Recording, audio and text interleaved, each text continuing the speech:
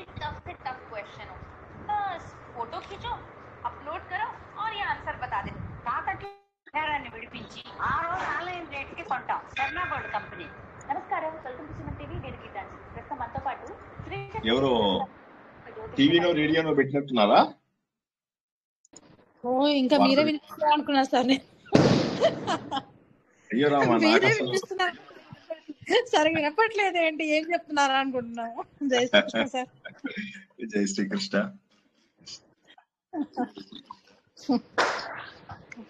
ఇంకా ఇద్దరు ముగ్గురు మ్యూట్ లో పెట్టుకోలేదు సార్, అందుకే అవి వినిపిస్తున్నాయి. Okay okay okay.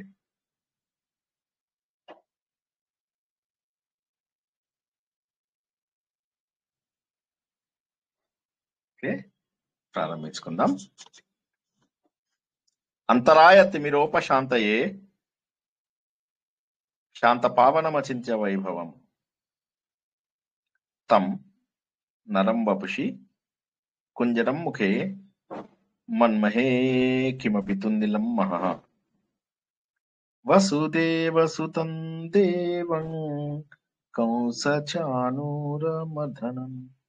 దేవకీ పరమానందం కృష్ణం వందే జగద్గురుం శ్రీకృష్ణం వందే జగద్గురుం. భగవద్బంధువులకు, ఆత్మస్వరూపులకు, సత్యాన్వేషులకు స్వాగతం, సుస్వాగతం. హిందూ ధర్మంలో జీవన విధానము, జీవిత లక్ష్యము తెలుసుకుంటాం. ఓకే, మళ్ళొకసారి చెప్తాం. జీవన విధానము, జీవిత లక్ష్యము. జీవన విధానం అంటే ఏంటి? ఎలా బతకాలి.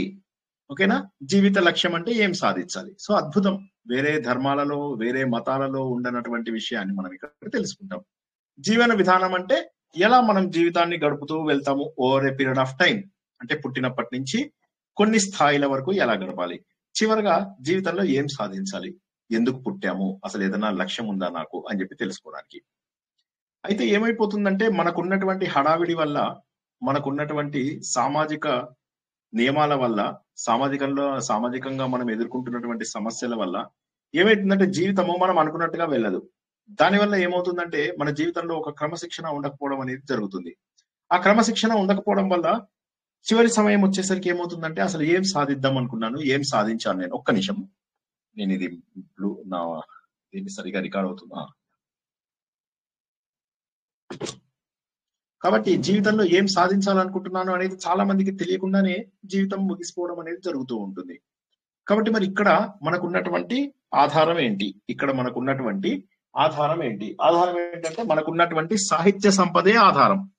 ఏమి చేయాలి అని చెప్పి తెలుసుకోవడానికి సాహిత్య సంపదే ఆధారం. ఈ సాహిత్య సంపద ఎంత చక్కగా, ఎంత సిస్టమేటిక్ గా ఉందంటే ఈ ఋషులందరికీ కూడా మనం వందనాలు చేసుకుంటూ ఉంటాం వారు ఇచ్చినటువంటి ఈ జ్ఞాన సంపదకు. అది తెలుసుకుంటున్నందుకు మనం అదృష్టవంతులం అని చెప్పే విషయాన్ని తెలుసుకుందాం. ఇక భజగోవిందంలో ఏం తెలుసుకుంటూ వస్తున్నాము? భజగోవిందంలో ధర్మము, అర్థము, కామము, ఈ మూడు అయితే మనకు జీవన విధానము, మోక్షము అనేటటువంటిది జీవిత లక్ష్యం. ఈ మూడు ఎలా ఉండాలనేది చెప్పదు, ఇది ఎలా ఉండాలనేది కూడా చెప్పదు. ముందేంటంటే ఈ రెండింటిని తగ్గించుకో, అర్థము, కామము. సో ఎక్కువ శ్లోకాలు అర్థం ఎలా తగ్గించుకోవాలి అంటే డబ్బు సంపాదనను ఎందుకు తగ్గించుకోవాలి, కామము ఎందుకు తగ్గించుకోవాలి. కామం అంటే వస్తువులు కొనుక్కోవడానికి కామం అంటారు. వస్తువులు, బంగ్లాలు, కార్లు, గృహస్థాశ్రమము, ఇవన్నీ కూడా కామం కిందికి వస్తాయి. వీటన్నింటినీ మనం ఎలా తగ్గించుకోవాలి అనేటటువంటి విషయాన్ని గురించి చెప్పేదే భజగోవిందం. కానీ ఎవరికైనా చెప్తే ఎందుకు రుచిస్తుంది? ఇప్పుడు అన్ని జీవితంలో సక్రమంగా ఉన్నటువంటి వ్యక్తికి, ఏ విధంగానూ దెబ్బలు తినటువంటి వ్యక్తికి జీవితంలో ఏమర్థం అవుతుంది చెప్పండి? కష్టం అంటే తెలియని వ్యక్తికి ఇలా బానే ఉంది కదా అనుకుంటాడు. అతనికి ఆలోచించేటటువంటి అవకాశం వచ్చేదే లేదు అసలు. అయితే అశోకుడు గౌతమ బుద్ధుడికి ఎందుకు వచ్చింది అంటే అతడు అనుకోకుండా చూశాడు, చూడగానే మార్పు వచ్చేసింది. ఓకే, నేను జీవితం అంతా కూడా పూల పానుపు అనుకున్నాను, కానీ ఇప్పుడు నాకు అర్థమైంది జీవితం పూల పానుపు కాదు, ముళ్ళు కూడా చాలా ఉన్నాయి. ఆ ముళ్ళు నన్ను ఘోరంగా దెబ్బతీస్తాయి. మీ అందరూ కూడా చూసే ఉంటారు, చిన్నప్పుడు ఎలా ఉన్నాం, గ్రాడ్యువల్ గా మన శరీరంలో వస్తున్నటువంటి మార్పులు, మన మనస్సు ఎలా ఉంది, ఎంత చితికిపోయింది. మీ తల్లులను చూసుంటారు, మీ తండ్రులను చూసుంటారు, మీకు తెలిసిన వాళ్ళ తల్లులను చూసుంటారు, ముసలి వాళ్ళని, పెద్దవాళ్ళని చూసుంటారు. పాపం వాళ్ళు అలా మంచం మీద ఒక కూరగాయలాగా పడుకొని ఉంటారు, వెజిటేబుల్ అంటారు, అలా పడుకొని ఉంటారు పాపం. శారీరకంగాను మానసికంగాను దెబ్బతిపోయి ఉంటారు, కృంగదీయబడి ఉంటారు, స్నేహితులు దగ్గరికి రారు, అవసరం ఉన్న వాళ్ళు తప్ప ఎవ్వరూ దగ్గరికి రారు. ఆ? ఎవరో ఇంట్లో వాళ్ళు తప్పక చెయ్యాలి అనుకున్నట్టుగా తప్పక చేసే వాళ్ళు కొంతమంది ఉంటారు. కొంతమంది అయితే తీసుకెళ్లిపోయి ఎక్కడో పారేస్తారు, అనాథాశ్రమాలలో, వృద్ధాశ్రమాలలో. ఎంతో కష్టమైనటువంటిది జీవితం ఆ సమయం లోపల. నిజంగా ఎప్పుడైతే మన జీవితంలో అత్యంత ప్రేమ, ఆపేక్ష తర్వాత దగ్గరతనం కావాలో ఆ సమయంలో అవి మాత్రం దొరకకుండా ఉంటాయి. కాబట్టి ఈ స్థితిని ముందే ఊహించినట్లయితే మనం మన జీవితాన్ని మార్చుకోవచ్చు. కాబట్టి మొదటి నుంచే మనం కనుక కొన్ని పద్ధతులు పాటిస్తే జీవితాన్ని మార్చుకోవచ్చు. అయితే మనం ఈ భజగోవిందం ఎలా తెలుసుకున్నాము? ముందు 12 శ్లోకాలు శంకరాచార్య చెప్పారు, తర్వాత 14 శ్లోకాలు ఆయన శిష్యులు చెప్పారు, తర్వాత ఇప్పుడు వస్తున్నటువంటి 27, 28, 29, 30, కొంతమంది 31 అని కూడా అంటారు. ఈ 5 శ్లోకాలని మళ్ళీ శంకరాచార్య చెప్పారు. అయితే ఇందులోపల ఫర్ సమ్ రీజన్ నాకు నచ్చినటువంటి గొప్ప శ్లోకము ఇవాళ మనం తెలుసుకోబోయేది. మొత్తం భగవద్గీతలోనే మొత్తం భజగోవిందంలోనే గొప్ప శ్లోకం ఈ రోజుది. ఇది మనం ఎన్నిసార్లు వినుంటాం? 1,00,000 సార్లు వినుంటాం. ఎంఎస్ సుబ్బలక్ష్మి గారి పుణ్యమా అని ఈ శ్లోకాన్ని చాలా సార్లు విన్నాం.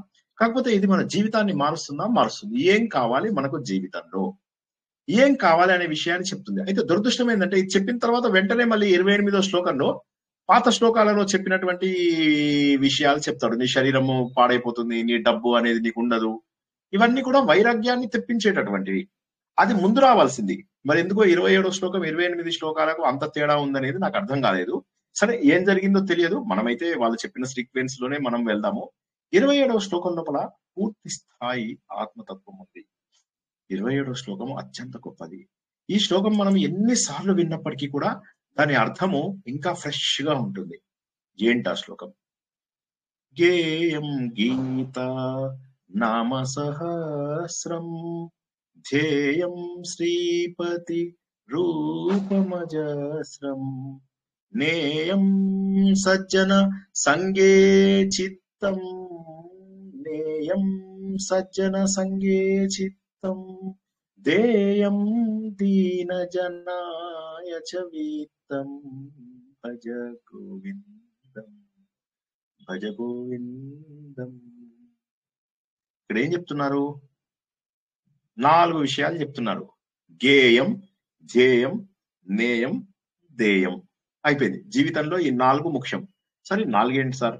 ఇన్ని రోజుల పాటు ధర్మము, అర్థము, కామము, మోక్షం గురించి తెలుసుకున్నామా లేదా? ఇప్పుడు ఈ 4 మనం పాటించవలసినటువంటి 4 చెప్తున్నారు. గేయం, ధ్యేయం, నేయం, దేయం. పదవిచ్ఛేదం ఒకసారి చూసుకుందాం, తర్వాత దాని వివరణలోకి వెళ్దాం. గేయం పాడాలి. ఏం పాడాలి? గీత నామ సహస్రం. గీత అంటే భగవద్గీత, నామ సహస్రం అంటే భగవంతుడి అనేక నామాలు అని. నామ సహస్రం అంటే సార్ విష్ణు సహస్రమా, లలిత సహస్రమా అని అడగద్దు.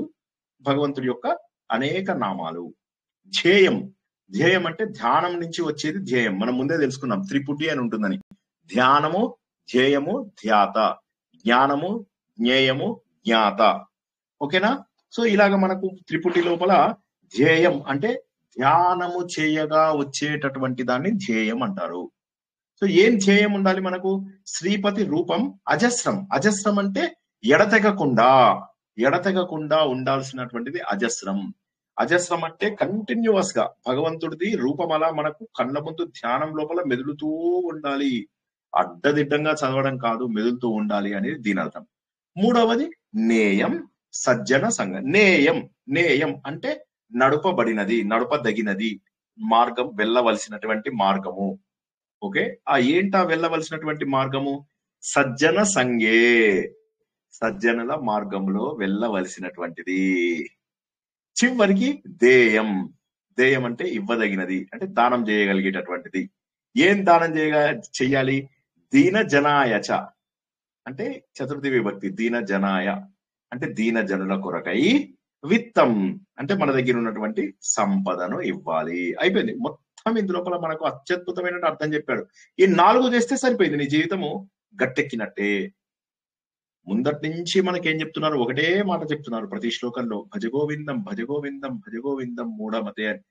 దేవుని స్మరించు, దేవుని స్మరించు, దేవుని స్మరించు, దేవుని స్మరించు అని మొత్తం చెబుతూ ఇప్పుడు ఏం చెప్తున్నారు?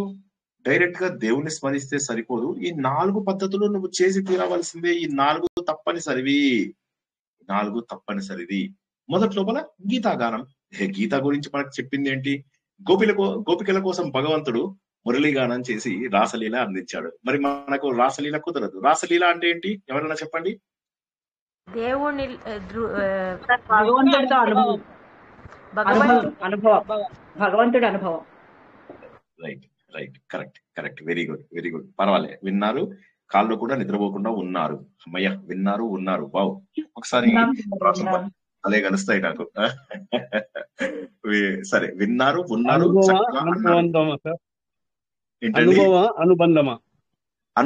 అనుభవం, దేవుడి యొక్క అనుభవం. అంటే పంచదార గురించి తెలుసు, తింటే దాని అనుభవం తెలుస్తుంది కదా, అదే చెప్పారు సార్. Wonderful, correct. పంచదార ఎలా ఉంది అంటే ఎలా ఉంది నోట్లో వేసుకో తెలుస్తుంది. అయితే భగవద్గీతని అడ్డదిడ్డంగా చదువుతూ ఉంటే దాని రుచి తెలుస్తుందా? అదే మనం భగవద్గీతని అర్థం తెలుసుకొని చదువుతుంటే మై గాడ్ ఎంత బాగుందా. ఒక చిన్న శ్లోకం చెప్తా. పత్రం పుష్పం ఫలం తోయం. ఎంత బాగుంది చెప్పండి మీనింగ్. జస్ట్ అది ఒక్కటి తెలిస్తే సార్. అనన్యాశ్చింతయంతో మాం. ఎంత బాగుందో ఒకసారి ఆలోచించండి సార్. అన్ని 9వ చాప్టరేనా, వేరేది ఏదైనా చెప్పండి. సరే, మనకు మమై వంశో జీవలోకే నా ఫేవరెట్ అది చెప్తాం, అవునా? సో ఈ విధంగా మనం ఏ శ్లోకం తీసుకున్నా భగవద్గీతలో అత్యద్భుతము. సో ఆయన కూడా, శంకరాచార్య కూడా ఏమంటాడంటే అన్నిటికంటే కూడా భగవద్గీత చాలా గొప్పదయ్యా అని అంటాడు. ఎందుకు భగవద్గీత గొప్పది? శ్రీకృష్ణుడు 2 వరాలు ఇచ్చాడు మనకు. ఆ 2 వరాలు ఏంటంటే, ఒకటేమో రాసలీలలో వారందరికీ, రెండవది మనకు భగవద్గీత అందించేసేసాడు. భగవద్గీత అందకపోతే బహుశా హిందూ ధర్మం చాలా మందిలోకి వెళ్లేది కాదు. అయితే చిన్న శ్లోకాలే, 700 శ్లోకాలే అయినా కూడా జనాలు అర్థం చేసుకోకపోవడం అనేటటువంటిది అది దురదృష్టకరం. కానీ అర్థం చేసుకుంటే ఇంకంతకు మించి ఇంకేం లేదు. మానవుడు మాధవుడుగా, నరుడు నారాయణుడుగా, పురుషుడు పురుషోత్తముడుగా మారతాడు అని మనం తెలుసుకున్నాం, జీవుడు దేవుడుగా. కాబట్టి ఏంటంటే అలా మనను మార్చాలి. జనన మరణ చక్రంలోంచి మనం బయటపడాలి. మళ్ళీ మనం జనన మరణ చక్రం అన్నప్పుడు భజగోవిందంలో శ్లోకాన్ని గుర్తుంచుకుంటే చాలు. పునరపి జననం పునరపి జననం పునరపి మరణం పునరపి జననం పునరపి మరణం పునరపి జననే జఠరే శయనం. సో కాబట్టి మాటికి తల్లి కడుపులో పడుకుంటావు, బోరు కొట్టదా నీకు? ఎన్ని రోజుల పాటు ఇంకా ఈ పుట్టడము చావడము. అందులో పుట్టడము చాలా పెయిన్ఫులే, మరణించడము చాలా పెయిన్ఫులే. 1,00,000 తేళ్లు కుడితే ఒక్కసారిగా ఎలా ఉంటుందో అలాగా ఈ శరీరంలోంచి చైతన్యం పోయేటప్పుడు అత్యంత బాధాకరంగా ఉంటుంది. చాలా దారుణమైనటువంటి బాధగా ఉంటుంది. ఎందుకంటే ఈ శరీరంతోని అది మమేకమైపోయి ఉంది. ఆ చైతన్యం ఒక్కసారి వెళ్ళిపోగానే నరాల్లోంచి శక్తి వెళ్ళిపోతుంది. ఇలా పట్టి ఎవరో గుంజేసినట్టుగా బయటికి వెళ్ళిపోతుంది. అందుకే ఎవరినైనా చూడండి, మరణం సమయం లోపల చాలా బాధపడ్డట్టుగా కనిపిస్తూ ఉంటారు. అదృష్టవంతులు, నొప్పి తెలియకుండా చనిపోయిన వాళ్ళు. అత్యంత నొప్పి కలిగించేటటువంటి విషయం మనకు. ఆ నొప్పిని భరుస్తూ ఈ శరీరంలోంచి అది వెళ్ళిపోతుంటే తట్టుకోలేము. ఎందుకంటే ఇంకా మనకు మనస్సు, బుద్ధి పనిచేస్తూ ఉంటుంది. అందుకోసమే ఫారిన్ లోపల ఏం చేస్తారని చెప్పాను, ఇక్కడ మంచిగా గుండు కొరుగుతారు చక్కగా. మీకు సార్, మీకు ఇది సరదానా సార్? మాటకి ఆ చైర్ మీద కూర్చోబెట్టడం చెప్తారు. అది పనిష్మెంట్ కదా, అది నేచురల్ డెత్ కాదుగా. అది నేచురల్ డెత్ కాదు, అది చాలా దారుణమైన పనిష్మెంట్.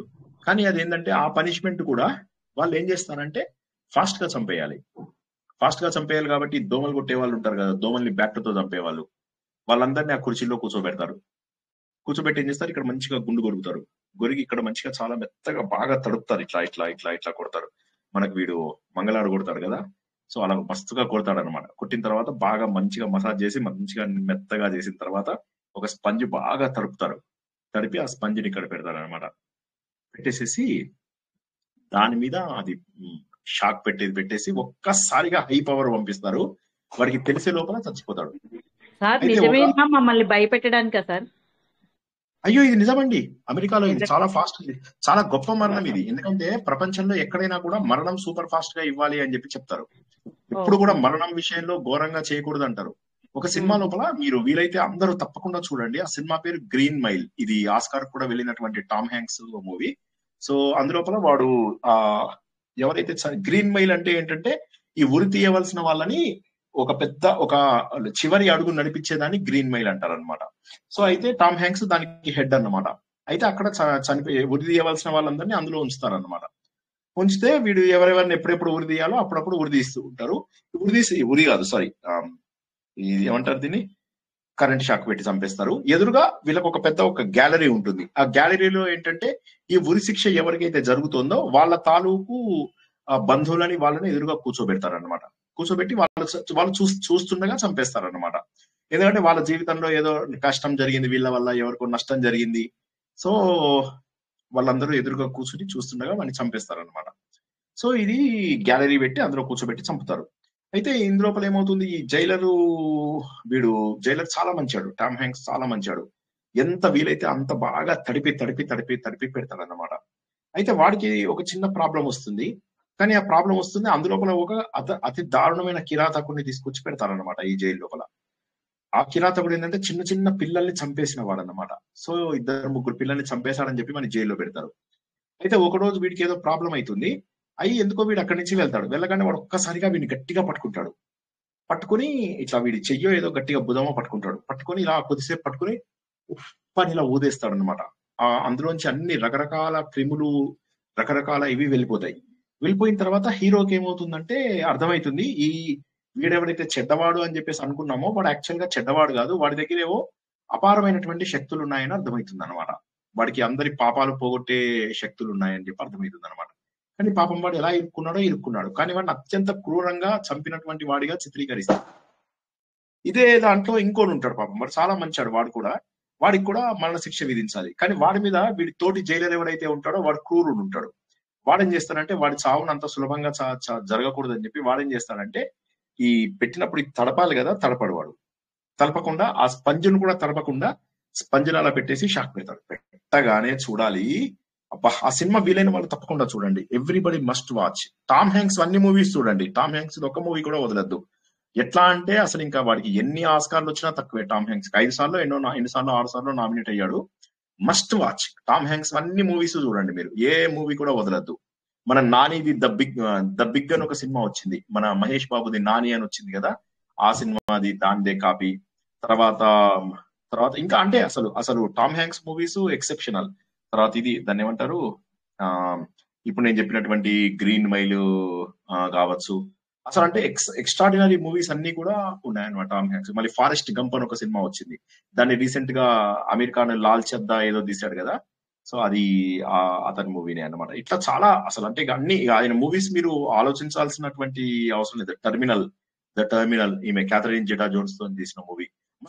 ఇవన్నీ కూడా మీకు ఎవరైనా అడగండి, నేను మొత్తం లిస్ట్ తో సహా స్టోరీతో సహా చెప్తాను. అవి అంత ఇష్టం నాకు అతని మూవీస్. మళ్ళీ తర్వాత ఇది ఫిలడెల్ఫియా, అది కూడా ఆస్కార్ అవార్డు వచ్చింది.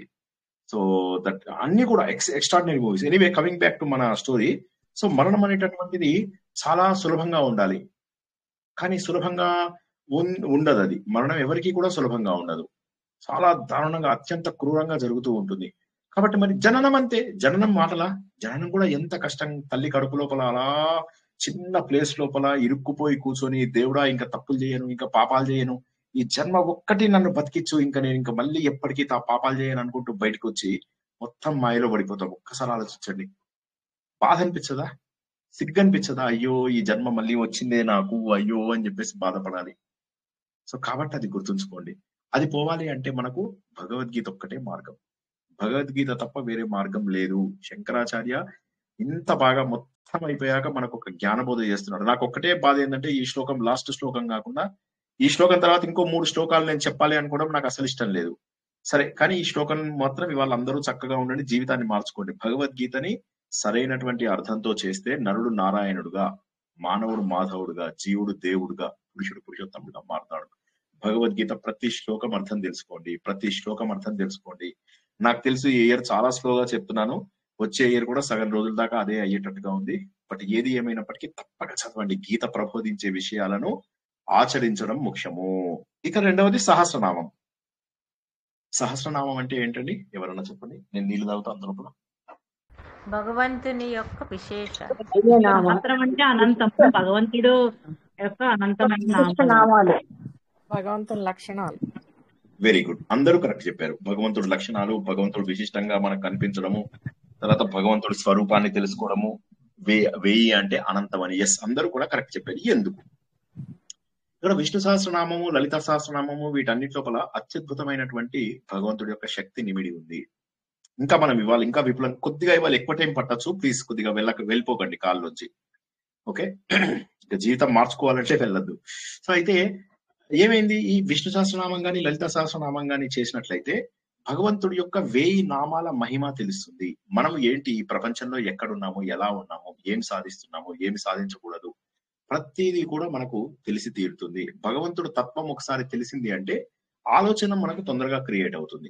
జనరల్ గా ఏంటంటే మనిషికి మోక్షం వచ్చేది గాని, ఈ బంధాల నుంచి విడిపోయేది గాని ఖచ్చితంగా మనకు ఆలోచననే.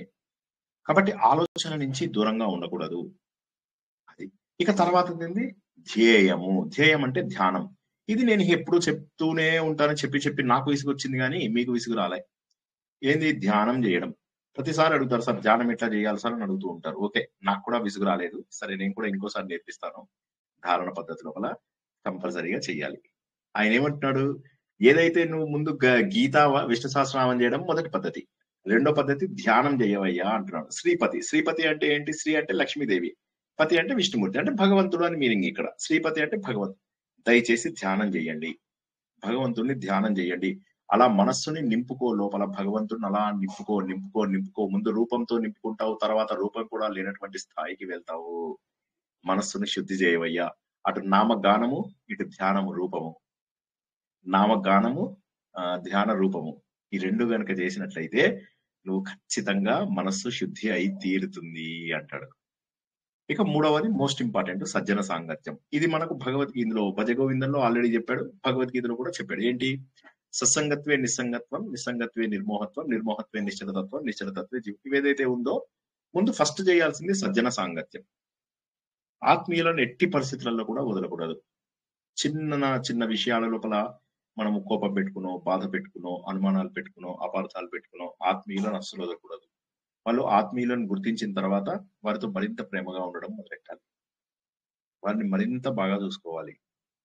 ఎందుకంటే ఆత్మీయులు దొరకరు, మనల్ని ఇష్టపడేటటువంటి మనుషులు దొరకరు. మనలాగా ఆలోచిస్తూ భగవంతుడి మార్గంలో వెళ్తున్న వాళ్ళు మనకు దొరకరు. అడ్డగోలు జనాలు చాలా మంది దొరుకుతారు, కానీ భగవంతుడి గురించి ఆలోచిస్తూ భగవంతుడి గురించి తెలుసుకోవాలనుకుని అలాంటి ఫ్రీక్వెన్సీ ఉండి మనసు మంచిగా ఉన్నటువంటి వాళ్ళు చాలా తక్కువ మంది ఉంటారు. వాళ్ళని ఆత్మీయులు అంటారు. చక్కటి ఆత్మీయులు ఉన్నారు, మన గ్రూప్ లో ఉన్నారు అలాంటి వాళ్ళు చాలా మంది ఉన్నారు. వదలకండి వారిని. ఎందుకంటే మిగతా వాళ్ళని ఎవరినైనా వదిలేయచ్చు, కానీ ఆత్మీయులను వదలలేము. ఎందుకంటే వారి ద్వారా మనకేమవుతుందంటే ప్రతి చోట కూడా మనకు ఇన్స్పిరేషన్ వస్తూ ఉంటుంది. మనం చేసేది కరెక్ట్ అని చెప్పేసి తెలిసినంత కాలం మనం అలా ముందుకెళ్తూ ఉందాము. మన మనిషికి స్ఫూర్తి, దీప్తి ఇవన్నీ కూడా ఇచ్చేది సజ్జన సాంగత్యం, సత్పురుషుల యొక్క సాంగత్యం. అది ఎప్పటికీ వదలకండి. సత్పురుషుల సాంగత్యం దొరికింది అంటే మీరు జీవితంలో ఏదో అదృష్టం చేసుకున్నట్టే లెక్క. దాన్ని పిచ్చి మొహమాటాలకు, పిచ్చి అపార్థాలకు ఎప్పటికీ దూరం చేసుకోవద్దు.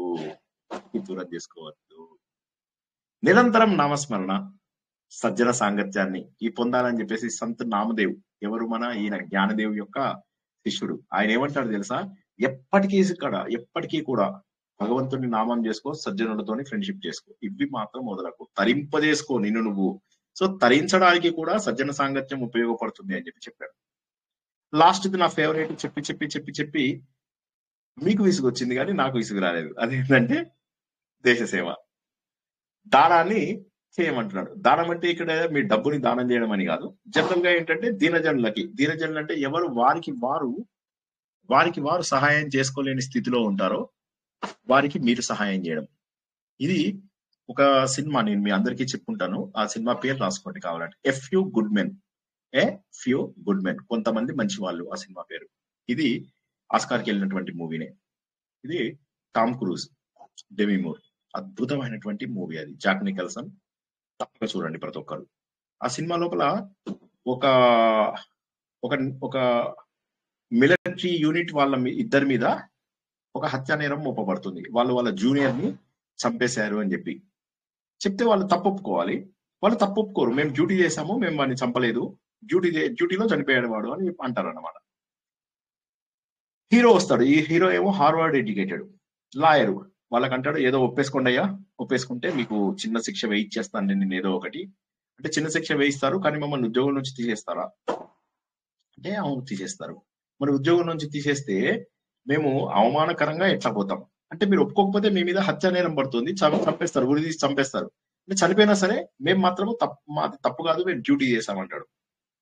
అలాగ వాళ్ళిద్దరూ కలిసి అది అన్ని ప్రూఫ్లు వాళ్ళకి ఎగెనిస్ట్ గా ఉంటాయి. హీరో కూడా ఎంతో కన్విన్స్ చేస్తూ ఉంటాడు. బట్ హీరోయిన్ మాత్రం ఇష్టపడదు. హీరోయిన్ అంటుంది, నువ్వు ఏదో పెద్ద హార్వర్డ్ నుంచి వచ్చావు అనుకున్నాను, నువ్వు ఇంత చీప్ సేల్స్ మ్యాన్ లాగా మాట్లాడుతున్నావు, వాళ్ళని తప్పు చెయ్యని తప్పును ఒప్పుకోమంటున్నావు అంటే. చెయ్యని తప్పేంటి, ఇట్ ఈస్ వెరీ ఎవిడెంట్, వాళ్ళిద్దరే చంపామని ఒప్పుకుంటున్నారు కానీ అది డ్యూటీలో భాగంగా చేశామంటున్నారు. దట్ ఈస్ వేర్ మన డిఫరెన్స్. ఆమె ఒప్పుకోదు, నువ్వు మాట్లాడే తప్పు, నీతో ఉండడమే తప్పు, నేను ఇన్నాళ్ళు ఒక హార్వర్డ్ లాయర్ ని చూడాలని అనుకున్నాను, నీలాంటి వాడిని చూసారా అని బాధపడుతుంది. తర్వాత అప్పుడు వీడు మారతాడు, మారి నేను తప్పు చేస్తున్నానని అప్పుడు మళ్ళీ వాళ్ళిద్దరి తరఫున ఇది చేసి మొత్తం మీద పోరాడితే చివరికి ఏమర్థం అవుతుందంటే వీళ్ళిద్దరు దోషులు కాదు. ఈ సినిమా నేను మా వైఫ్ ఒక 100 సార్లు చూసాను. ప్రతిసారి మొత్తం చూసేవాళ్ళం. ఇది నేను చెప్పుంటాను ఆల్రెడీ మీకు. ఒకసారి ఏం చేశాను, ఇంక ఇది పని కాదు, ఈ సినిమాని కాపీ చేద్దాం అని చెప్పేసి ఆ సినిమాని నేను సిడీలోకి కాపీ చేశా. కాపీ చేసిన తర్వాత నేను ఏం చేసామనంటే, ఎవ్రీ ట్రాక్ డివిడి కాబట్టి ఎవ్రీ ట్రాక్ బాగా వచ్చిందా లేదా కొద్దిగా ఫార్వర్డ్ చేసి చూస్తూ ఉంటాను అనమాట. సో ఆ రోజు మళ్ళీ అదో 75 76 మళ్ళీ పెట్టాను. పెట్టి ట్రాక్ సరిగ్గా వచ్చిందా లేదా అని మొత్తం సినిమా చూసేసాం. మళ్ళీ మామూలుగా అయితే 2 నిమిషాల్లో చెకింగ్ ఎంతసేపు పడుతుంది, వెరిఫికేషన్ 2 నిమిషాలు, కానీ సినిమా మొత్తం చూసాం. మొత్తం చూసేసరికి కళ్ళలోంచి నీళ్లు, వెనక చూస్తే మా వైఫ్ బోర్న ఏడుపు. సో అంత గొప్ప మూవీ అనమాట. ఏంటంటే ఎవరైతే వారికి వారు సహాయం చేసుకోలేని వాళ్ళు ఉంటారో, నిస్సహాయులు, చిల్డ్రన్ ఆఫ్ లెస్సర్ గాడ్, వారికి మీరు సహాయం చేయాలి. తెలుగు లోపల వాళ్ళని ఏమంటారంటే చిల్డ్రన్ ఆఫ్ లెస్సర్ గాడ్ ని దీనజనులు అంటారు. ఆ దీనజనులకు సేవ చేయవయ్యా, దీనజనులకు సేవ చేయవయ్యా. నువ్వు దీన దయాళుడు అయినటువంటి ఆ భగవంతుడి ద్వారా వీళ్ళందరికీ కూడా ఎంత అద్భుతమైనటువంటి 4 మెట్లని ఇవాళ మనం తెలుసుకున్నాం. ఈ 4 మెట్లు మామూలు మెట్లు కాదు, మనను తరింపజేసే, జీవితం లోపల మనను అత్యంత ఉన్నత స్థాయికి తీసుకెళ్లేటటువంటివి. ఎందుకంటే ఒక్కసారి ఆలోచిస్తే మనకి మన దురదృష్టం ఏంటంటే శత్రువులు మనలోనే ఉన్నారు. కోపం రూపంలో వస్తారు, అసూయ రూపంలో వస్తారు, ఎన్నో రూపాలలో, మోహం రూపంలో, ఎన్నో రూపం లోపల. అందువల్ల ఏమవుతుంది, హృదయంలోనే శత్రువు ఉన్నాడు. హృదయేషు శత్రవః, శత్రువులు ఉన్నారు. కాబట్టి ఇది మంచి సూక్తం అన్నమాట. సో కాబట్టి ఏంటంటే మనం ఏమనుకుంటాం, మనకు అనుకూలంగా ప్రవర్తించినంత వరకు మనిషి మంచివాడు, మనకు అనుకూలంగా ప్రవర్తించకపోతే చెడ్డవాడు అని మనం చెప్తాము. ఇలా కలిపేది రాగము, విడగొట్టేది ద్వేషము. కానీ ఒక్కసారి ఆలోచిస్తే రాగద్వేషం 2 లేవు, ఒకే వ్యక్తి. కొద్దిగా మనం కనుక ఆలోచించినట్లయితే వారిపైన మనము అనవసరంగా ద్వేషం ప్రకటించాము, అనవసరంగా తప్పు చేశాము అనేది మనకు తెలుస్తుంది. కాబట్టి రాగద్వేషాలు అనేవాళ్ళు ఎక్కడి నుంచి వస్తాయి? రాగద్వేషాలు అంటే కామక్రోధాలు. ఈ కామక్రోధాలు తగ్గించుకుంటే వెళ్ళిపోయాయి. కామక్రోధాల దృష్టితోనే మనకి గొడవలు, ఈ విరోధాలు, ఈ అలజడి, ఈ చింత, ఈ ప్రపంచంలో వచ్చే 99% ఆఫ్ ద ప్రాబ్లమ్స్ వీటి వల్లే వస్తాయి. ఛాన్సే లేదు ఇక. దానివల్ల ఏమైపోతుందంటే మన మనసు కుదుటపడదు. ఎప్పుడు ఏదో ఒకటి ఎవరిని కదిలించినా కూడా ఆ లాభా బయటికి వచ్చేస్తుంది. కాబట్టి వాటికి మనం జాగ్రత్తగా ఉండాలి. సో అది జాగ్రత్తగా ఉండాలి అంటే ఉన్నటువంటిది కేవలము మన మనశుద్ధి కోసం పూజ. కానీ అది ఎలా పడితే అలా చేస్తే మరి ఏం లాభం? మిడిమిడి జ్ఞానంతో చేయించుకున్నామంటే సరిపోయింది, ఏమీ లాభం లేదు. కాబట్టి ఏంటంటే మనకు ఆ భగవద్గీత అధ్యయనం అనేటటువంటిది ఏదైతే ఉందో అందులోపల ఏంటంటే అందులో ఉన్నవన్నీ అమూల్యమైనటువంటి రత్నాలు, మన కర్తవ్యాన్ని తెలియజేస్తాయి. గీత అనేటటువంటిది ఏదైతే ఉంటుందో సకల శాస్త్రాల యొక్క సారము, మన వేదాల యొక్క సారము, మన ఉపనిషత్తుల యొక్క సారం. కాబట్టి దాన్ని క్షుణ్ణంగా అధ్యయనం చేసుకోవాలి. అయితే ఇప్పుడు ప్రాబ్లం ఏంటంటే తెలిసిన వాడు చెప్పాలి. ఎవడో ఒకటి వచ్చేసి ఈ శ్లోకం చదవండి మీ జీవితం అంతా బాగుపడిపోతుంది, మీ 7 తరాలు బాగుపడతాయని చెప్పగానే అందరము చప్పట్లు కొడతాం. సూపర్ ఫాస్ట్ గా, సూపర్ స్లోగా చదవడానికి ఇష్టపడతాం. కానీ సరైన గురువు మీకు అర్థం చెప్పాడా లేదా? ఎందుకు సార్ అవసరం ఏముంది గురువు? అంటే మందుల షాపు లోపల అనేక రకాల మందులు ఉంటాయి, కానీ డాక్టర్ మీకు ఏ మంది ఇస్తాడు? మీకు సుటైన మందే ఇస్తాడు. ఇప్పుడు ఇంటర్నెట్ లో బోల్డ్ మందులు ఉంటాయండి. ఆనెస్ట్ గా చెప్పండి, మనం ఇంటర్నెట్ నుంచి మందులు తెచ్చుకుంటామా? ఎవరైనా జవాబు చెప్పండి, మాట్లాడండి. నిద్రపోయిన వాళ్ళందరూ లేచి డాక్టర్ సజెషన్ తో తెచ్చుకుంటాం. ఒక్కొక్కసారి తెలిసిన మందులు కూడా మనం డాక్టర్ సజెషన్స్ తీసుకుంటాం. కాబట్టి ఏంటంటే ఈ అద్వైతం అనేటటువంటి ఔషధం ఏదైతే ఉందో దానికి ఒక గురువు, శ్రీకృష్ణ భగవానుడు గురువు. అన్ని మనకు సరైన దారిలో అందించేటటువంటి ఒక వ్యక్తి కావాలి. వాడికి అర్థం కావాలి ముందు, వాడికి అర్థం కాకపోతే మనకి తప్పుగా చెప్తాడు. కాబట్టి ఏమవుతుందంటే కొద్ది కొద్దిగా నేర్చేసుకుని మనం 10 మందికి నేర్పించకూడదు. మనకు ముందు అర్థమైందా, మనం దాన్ని ఇంప్లిమెంట్ చేసామా మన జీవితంలో, మనం ఇంప్లిమెంట్ చేసిన తర్వాత మనకు సక్సెస్ అనిపిస్తేనే వేరే వాళ్ళకి చేయాలి. ఇంకొక విషయం చెప్తున్నా, ఇప్పుడు యాజ్ వి స్పీక్ ప్రపంచంలో 10,000 మంది పిహెచ్డీలు చేస్తున్నారు భగవద్గీత మీద. ఉన్నవి 700 శ్లోకాలు, 10,000 మంది పిహెచ్డీలు చేస్తున్నారు. పర్సనాలిటీ డెవలప్మెంట్ వాళ్ళందరూ కూడా భగవద్గీతనే పాడుతున్నారు. సో కాబట్టి ఏంటంటే ఈ భగవద్గీత అనేటటువంటిది మనం పాడడం కాదు, వాళ్ళు కూడా వాడుతున్నారు. పర్సనాలిటీ డెవలప్మెంట్ టీం కూడా, మేనేజ్మెంట్ డెవలప్మెంట్ వాళ్ళు కూడా అదే పాట పాడుతున్నారు. మన చేతిలో ఉన్న అమూల్యమైన రత్నాన్ని గుర్తించండి. ఇక విష్ణు సహస్రనామం గురించి మళ్ళొకసారి చెప్పుకున్నట్టయితే ఇది కాలక్షేపానికి చదివేటటువంటిది కాదు. ఎక్కువ మంది చూసినట్టయితే కాలక్షేపానికి చదువుతారు, కానీ కాలక్షేపానికి చదివేటటువంటిది కాదు. అందులోపల ఏంటి, ఒక నమస్కారం ఉంటుంది, ఒక ఆశీర్వచనం ఉంటుంది, ఒక సిద్ధాంతంతో ప్రతిపాదించినటువంటి దేవతా స్వరూపం ఉంటుంది. దేవత యొక్క సూపర్ పవర్స్, సర్వశక్తిమంతం అనేది అయితే చెప్తాం అది, ఆ భగవంతుడి యొక్క లీలలు, ఆ భగవంతుడి యొక్క ప్రార్థన, ఇన్ని రకాల డిఫరెంట్ ఇంకా చాలా ఉంటాయి. నేను కొద్ది క్లుప్తంగా చెప్తున్నా. కాబట్టి ఇవన్నీ కూడా ఉంటాయి. కాబట్టి ఏ స్తోత్రం ఎందుకు చేస్తున్నాం, ఏ దేవుడిని ఎందుకు పూజిస్తున్నాం, ఆ దేవుడి యొక్క లక్షణాలు ఏంటి, ఆ దేవుడు ఎవరు, ఇవన్నీ కూడా తెలియాలి కదా. ఏదో చేయడం అడ్డగోలుగా కాదు. నిష్క్రోధ క్రోధనాశిని, నిర్లోభ లోభనాశిని, అవునా కదా. నిస్సంశయ సంశయగ్ని, నిర్భవ భవనాశిని, నిర్మమ మమతాహంత్రి, నిష్పాప పాపనాశిని, నిర్వికల్ప నిరాబాధ నిర్భేద భేదన. సో ఇప్పుడు ఇలా చూసినట్లయితే మనకు ఎన్ని రకాలుగా అజ్ఞానంతో వచ్చేటటువంటి భేద వృత్తి పోతుంది. మనకు అజ్ఞానం వల్లనే ఈ భేద దృష్టి అంతా ఎందుకు వస్తుందంటే మన ఇగ్నోరెన్స్ వల్ల, వీటి వల్లనే కామక్రోధాలు ఏర్పడుతున్నాయి. కాబట్టి ఏంటంటే లలితా సహస్రనామమా, విష్ణు సహస్రనామమా, ఇంకో సహస్రనామమా అని ఆలోచించద్దు. ఇవన్నీ కూడా ఒకటే.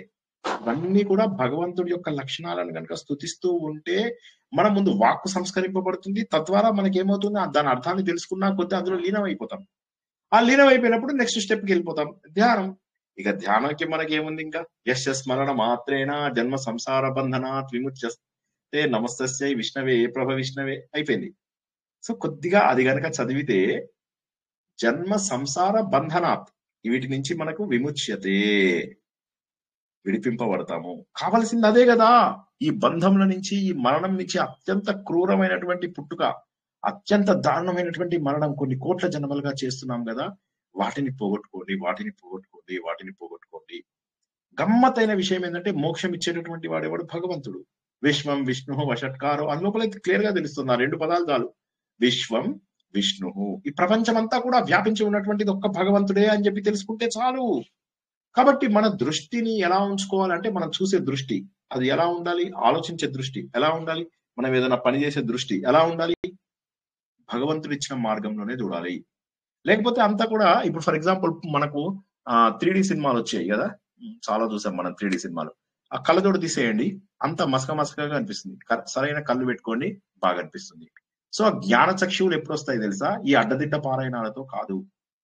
వచ్చేది ఏంటంటే అద్భుతమైనటువంటి కళ్ళజోడు మనకు భగవంతుడి యొక్క ఇది. అది చేసినట్టయితే చాలిక మనము. అదే విధంగా మనం మంచి వాళ్ళని ఎందుకు పట్టుకోవాలి. ఇప్పుడు నువ్వు వెళ్ళాలంటే సరైన బస్సు పట్టుకుంటావా, అడ్డగోలు బస్సు పట్టుకుంటావా. బస్ ట్రావెల్ కోసము మనం ప్రైవేట్ బస్సులు పట్టుకోవాలనుకోండి, ఏం చేస్తాం చెప్పండి. ప్రైవేట్ బస్సు లోపల ఒకటి 2.5 ఉంది, ఒకటి 4.5 ఉంది. ఏం చేస్తామండి, హలో, ఏ బస్ ఎక్కుతాం? 2.5 రేటింగ్ ఉన్నవాన్ని ఎక్కుతామా, 4.5 రేటింగ్ ఉన్నవాన్ని ఎక్కుతామా? 4.5 సార్, 4.5 రేటింగ్ ఉన్నదే ఎక్కుతాం.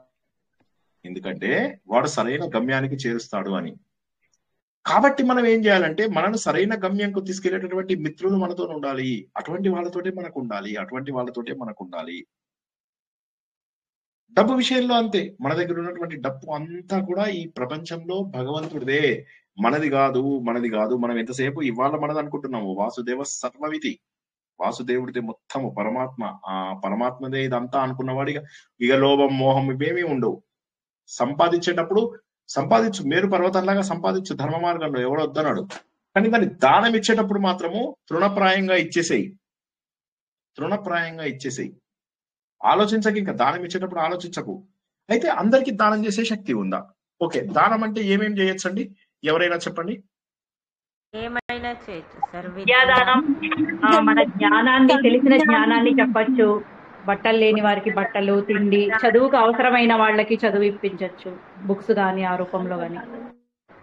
విద్యాదానం, అన్నదానం, విద్యాదానం, అన్నదానం, వస్త్రదానం. కరెక్ట్.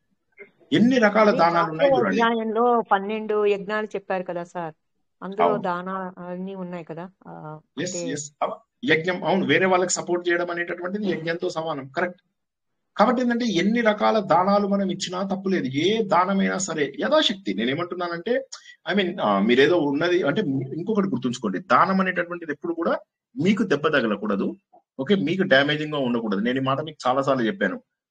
దానము మీరు శక్తికి తగ్గట్టుగా ఇవ్వండి, మీ దగ్గర లేనిది మాత్రం దానం చేయండి. ఇది ఒక్కటి మాత్రం రిక్వెస్ట్ ఏంటంటే మళ్ళా మనకు అది డ్యామేజింగ్ ఎఫెక్ట్ వస్తుంది. ఓకే, మీరు ఏమనుకున్నా సరే మీ శక్తికి మించిన దానము చేయకండి. ఒక్కసారి ఎవరైనా రిపీట్ చేస్తారా ఈ మాట? లక్ష్మీ గోవిందరావు గారు రిపీట్ చేయండి. మీ శక్తికి మించిన దానం శక్తికి చేయకూడదు. మించి ఇవ్వకూడదు, తనను మన మారిన శక్తిని ధర్మం బట్టే అని ధ్యానం చెప్తారు. చేయాలి. తనను మారిన ఇది ధర్మం బాగా ఉండకూడదు. హా, అయితే అది ఇది కూడా ఒక్కటి అపాత్ర దానం కూడా చేయకూడదు కదండి. అంతే, అపాత్ర దానం కూడా చేయకూడదు. నీడీ పర్సన్ కి మనం సరైన హృదయంతో చేసేటటువంటి దానం చాలా గొప్పది. కాబట్టి త్రికరణ శుద్ధిగా మనం ఏంటంటే ఈ దానం అనేటటువంటిది అద్భుతంగా చేయగలగాలి. దానం అనేటటువంటిది అద్భుతంగా చేయగలగాలి. ఒకటే గుర్తుంచుకోండి, అవతల వాడిని చంపాలంటే మనం పెద్ద పెద్ద కత్తులు, కఠార్లు ఇవన్నీ తయారు చేసుకుంటాం. మనం చంపుకోవాలంటే చిన్న సూదైన చాలు, కోసేసుకోవచ్చు. అదే విధంగా మనము వేరే వాళ్లకు జ్ఞానం అందించేటప్పుడు ముందు మనం చక్కగా చదువుకోవాలి. మనకు ఆ శ్రద్ధ భక్తి బాగా ఉండాలి. మనం చక్కగా చదువుకోవాలి. అవతల వాళ్ళకి చెప్పేటప్పుడు మరింత బాగా చెప్పగలగాలి. సో విద్యాదానం అన్నిటికంటే ఏదైతే జ్ఞానదానము గొప్పదో అందరూ ప్రశాంత చిత్తులై తప్పక చెయ్యండి. ప్రతి ఒక్కరి జీవితంలో వెలుగును నింపండి. నేను ఎన్నోసార్లు చెప్పాను ఏంటంటే మీరు ఎవరు మాట్లాడుతున్నా, సారీ, ఏంటి ప్రశ్న ఏంటి? ఎవరైనా మాట్లాడుతున్నారా లేక ప్రశ్న? గురుగారు చిన్న సందేహం మరి అపాత్రత దానం చేయకూడదు అన్నారు కదా, మరి పాత్రత మనం ఎలా చూస్తామండి? పాత్రత ఉందో లేదో మనకు ఎలా తెలుస్తుంది? అదే తెలిసినవే చేస్తే బెటర్. ప్రిఫరబుల్లీ తెలిసినవి చేస్తేనే బెటర్. ఇప్పుడు ఒక వ్యక్తి ఉన్నాడు, వ్యక్తి చదువుకుంటున్నాడో లేదో తెలియకుండా డబ్బు దానం చేసేసాం అనుకోండి.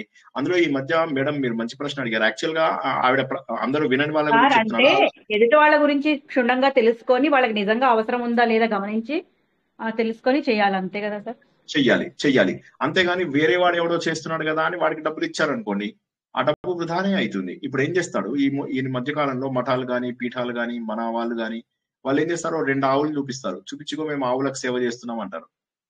అనగానే జనాలందరూ అప్పు ఆవుకు తినిపించాలి కదా అని ఆవుకు ఎంత పెడతారంటే, ఆవు ఎప్పుడైనా రోజుకు 1000 మంది పెట్టనియండి, ఆవు నో అని చెప్పదు. మేము దగ్గర పెడితే నాకు వద్దు ఇవాళ ఫుల్ అయింది అంటుందా, మనం అంటాం ఫుల్ అయిందని. ఇప్పుడు ఇందాక మేము మా ఆర్ఎస్ఎస్ తరఫున ఏదో ఫంక్షన్ కి అందరినీ పిలవడానికి వెళ్ళాను అనమాట. నేను ఏదో నా కూతురు పెళ్లి, కొడుకు పెళ్లి చేసినట్టుంది నాకు ఈ మధ్య. అసలు జనాల్ని కలవడమే ఇష్టం ఉండదు. అలాంటిది పర్సనల్ గా ఇళ్ళకు పోయి పిలవాల్సి వస్తుంది. సరే, దేశం కోసం పర్వాలేదు. అయితే ఇక్కడ కమింగ్ బ్యాక్ టు మన ఇది, ఆవు ఎప్పుడైనా నో చెప్తుందా? మనం ఫ్రెండ్స్ ఇళ్ళకి వెళ్తే వాళ్ళు స్వీట్స్ ఇస్తే హెవీగా అయిపోయింది వద్దని చెప్పి అంటాం. ఆవు ఎప్పుడు నో చెప్పదు. అలాగే జనాలు ఏం చేస్తుందంటే ఓవర్ ఫీడింగ్ చేసేస్తున్నారు. ఆవులు కూడా తినవు సార్. ఈ సంకష్టహర అప్పుడు ఏదన్నా నైవేద్యం రాత్రి ఆవులకు పెట్టాలంటే అందరింట్లో అదే పెడతారు. అవి చూసి పారిపోతాయి సార్ ఆవులు. అరటిపండ్లు అస్సలు తినవు, బెల్లము అరటిపండ్లు అస్సలు ముట్టుకోవు సార్. ఓకే, గ్రాసం తింటాయి అనుకుంటాను, ఎంత పెట్టినా తింటాయి. సో అయితే okay, what ever it is, ఏంటంటే ఏది కూడా మనము ఎంతవరకు చెయ్యాలో అంతవరకే చెయ్యాలి. బాగా తినేసి ఉన్నదానికి పెట్టే బదులు ఇంటి దగ్గర ఆవు కనిపిస్తే దానికి ఇంత గ్రాసం వేయండి. ఎక్కడో పోయి ఏదో టెంపుల్ లోపల పెట్టే, ఇప్పుడు మొన్న ఒక చోట వేద సభ జరిగింది, 80 లక్షల రూపాయలు ఖర్చు పెట్టారట. గుండె తరుక్కుపోయింది నాకు. అది జస్ట్ ఒక కాన్వకేషన్. అందులోపల వేద పండితులందరికీ కూడా క్రమ, జత, ఘనాపాటి వీళ్ళందరికీ కూడా మంచిగా సర్టిఫికేట్స్ ఇచ్చారు, which is a good function, absolutely no doubt about it. దానికి 80 లక్షలు ఖర్చు పెట్టారు. చెప్పండి, ఇప్పుడు గుండె తరుక్కుపోదా? ఎంత మందికి చదివించచ్చండి దాని బదులు. అదే 80 లక్షలు వాళ్ళు ఇన్స్టిట్యూట్, అదే ఇంకో వేదాభ్యాసం మీద పెడితే ఇంకో కొంతమంది పిల్లల్ని చదివించేవాళ్ళు కదా. మేము ఇంత బాగా చేస్తున్నాము అని చెప్పి జనాల్లో చూపించడమే గానీ దానివల్ల ఏమైంది, మేము వేదం నిలబెడుతున్నాము అని చెప్పి చూపించడమే గానీ తప్పని కాదు. నేను అనేది 80 lakhs ఇదే బిగ్ అమౌంట్, అది నేను అనేది. సో కాబట్టి ఇదంతా చాలా లేని వాళ్ళకి ఇవ్వచ్చు కదా సార్, మళ్ళీ వాళ్ళల్లో ఆర్థిక స్తోమత లేని వాళ్ళకి చూసి ఇచ్చుకోవచ్చు, చాలా మందికి ఇవ్వచ్చు. అది కాబట్టి ఏంటంటే ఇది మన యథాశక్తి చెయ్యాలి. అపాత్రం, ఇప్పుడు ఆవిడ అడిగినట్టుగా అపాత్ర దానం, అది ఇంపార్టెంట్ క్వశ్చన్, చాలా ఇంపార్టెంట్ క్వశ్చన్, అందరూ కూడా వినండి. ఎలా తెలుసుకుంటాం మనకు తెలియదు చాలా సార్లు. కాబట్టి వీలైనంత వరకు జాగ్రత్తగా మనం ఎందుకంటే మన డబ్బు మనకు డ్యామేజింగ్ ఎఫెక్ట్ ఉండకూడదు. ఎందుకంటే మనం మోసపోతున్నామంటే అవతల వాడు ఇంకా ఇంకా మోసం చేస్తాడు. క్లియర్ గా తెలుస్తూ ఉంటుంది అవతల వాళ్ళు చేసేవి చాలా మోసాలు ఉంటాయి. మా టికెట్ పోయిందని అంటారు, మాది బస్సు పోయిందని అంటారు. ఇప్పుడు వ్యాన్ తీసుకొని వస్తాడు, ఆటో తీసుకొని వస్తాడు, బియ్యం దానం చేయండి ఒక ఆశ్రమానికి ఇంటాడు, బట్టలు దానం చేయండి ఇంటాడు. వాడు ఏం చేస్తాడంటే తీసుకుపోయి అమ్ముకుంటాడు సార్, అమ్ముకుంటాడు. అది కూడా కనుక్కోవాలి. కరెక్ట్. కాబట్టి ఇదంతా కూడా మనం బాగా గుర్తించాలి. ఇప్పుడు గుర్తించకపోతే ఏమవుతుందంటే మనం అపాత్రదానం అయిపోయేటటువంటి అవకాశం ఉంది. అపాత్రదానం అవ్వకుండా చాలా చాలా చాలా చాలా జాగ్రత్తగా ఉండాలి. ఏంటి మన జీవితంలో దురదృష్టం ఏంటంటే మనము మంచి దాని వల్ల మనకి ఇబ్బందులా సార్? మనకే తప్ప అది అంటే కొన్ని సందర్భాల్లో తెలుసుకోలేకపోతాం కదా, ట్రై చేసినా కూడా. అవును, అది చెడ్డ పర్పస్ కి వెళ్తే ఏం చేయలేము. కాకపోతే అల్టిమేట్లీ ఎవరికో ఒకటికి వెళ్తుంది. వీలైనంత వరకు చెప్పాడు, ఒక ఆట ఆయనే చెప్పాడు, మీరు ఎందుకమ్మా భిక్షగాళ్ళకి వేస్తారు, వాడు కాసేపటికి వెళ్ళి ఒక క్వార్టర్ తెచ్చుకొని తాగుతుంటాడు, మీరు ఇచ్చింది వాడు తాగటానికి అవుతుంది కానీ తినటానికి కాదు, అందుకని ఇవ్వకుండా అమ్మా అన్నాడు. అందుకని ఆ పాత్ర దానం అని చెప్పాము. మనం వాడి వ్యసన చెడ్డ దానికి ఇచ్చినట్టు ఉంటుంది కదా. దానం చేసే బదులు తినేటివి కాదు సార్ నేను చెప్పేది, తినే వస్తువు ఇస్తే తినేటివి కొంతమంది బిస్కెట్లు ఇడ్లీ గాని దోశ గాని వాళ్ళు కూర్చొని ఆడ కూర్చుంటారు కదా సార్, వాళ్ళకి అది కూడా ఎంతని తింటారు సార్ మనం తిండి ఇచ్చినా కూడా. అదే తినరు. అందుకే ఇక మీరు ఏంటంటే వివేకం ఉపయోగించండి.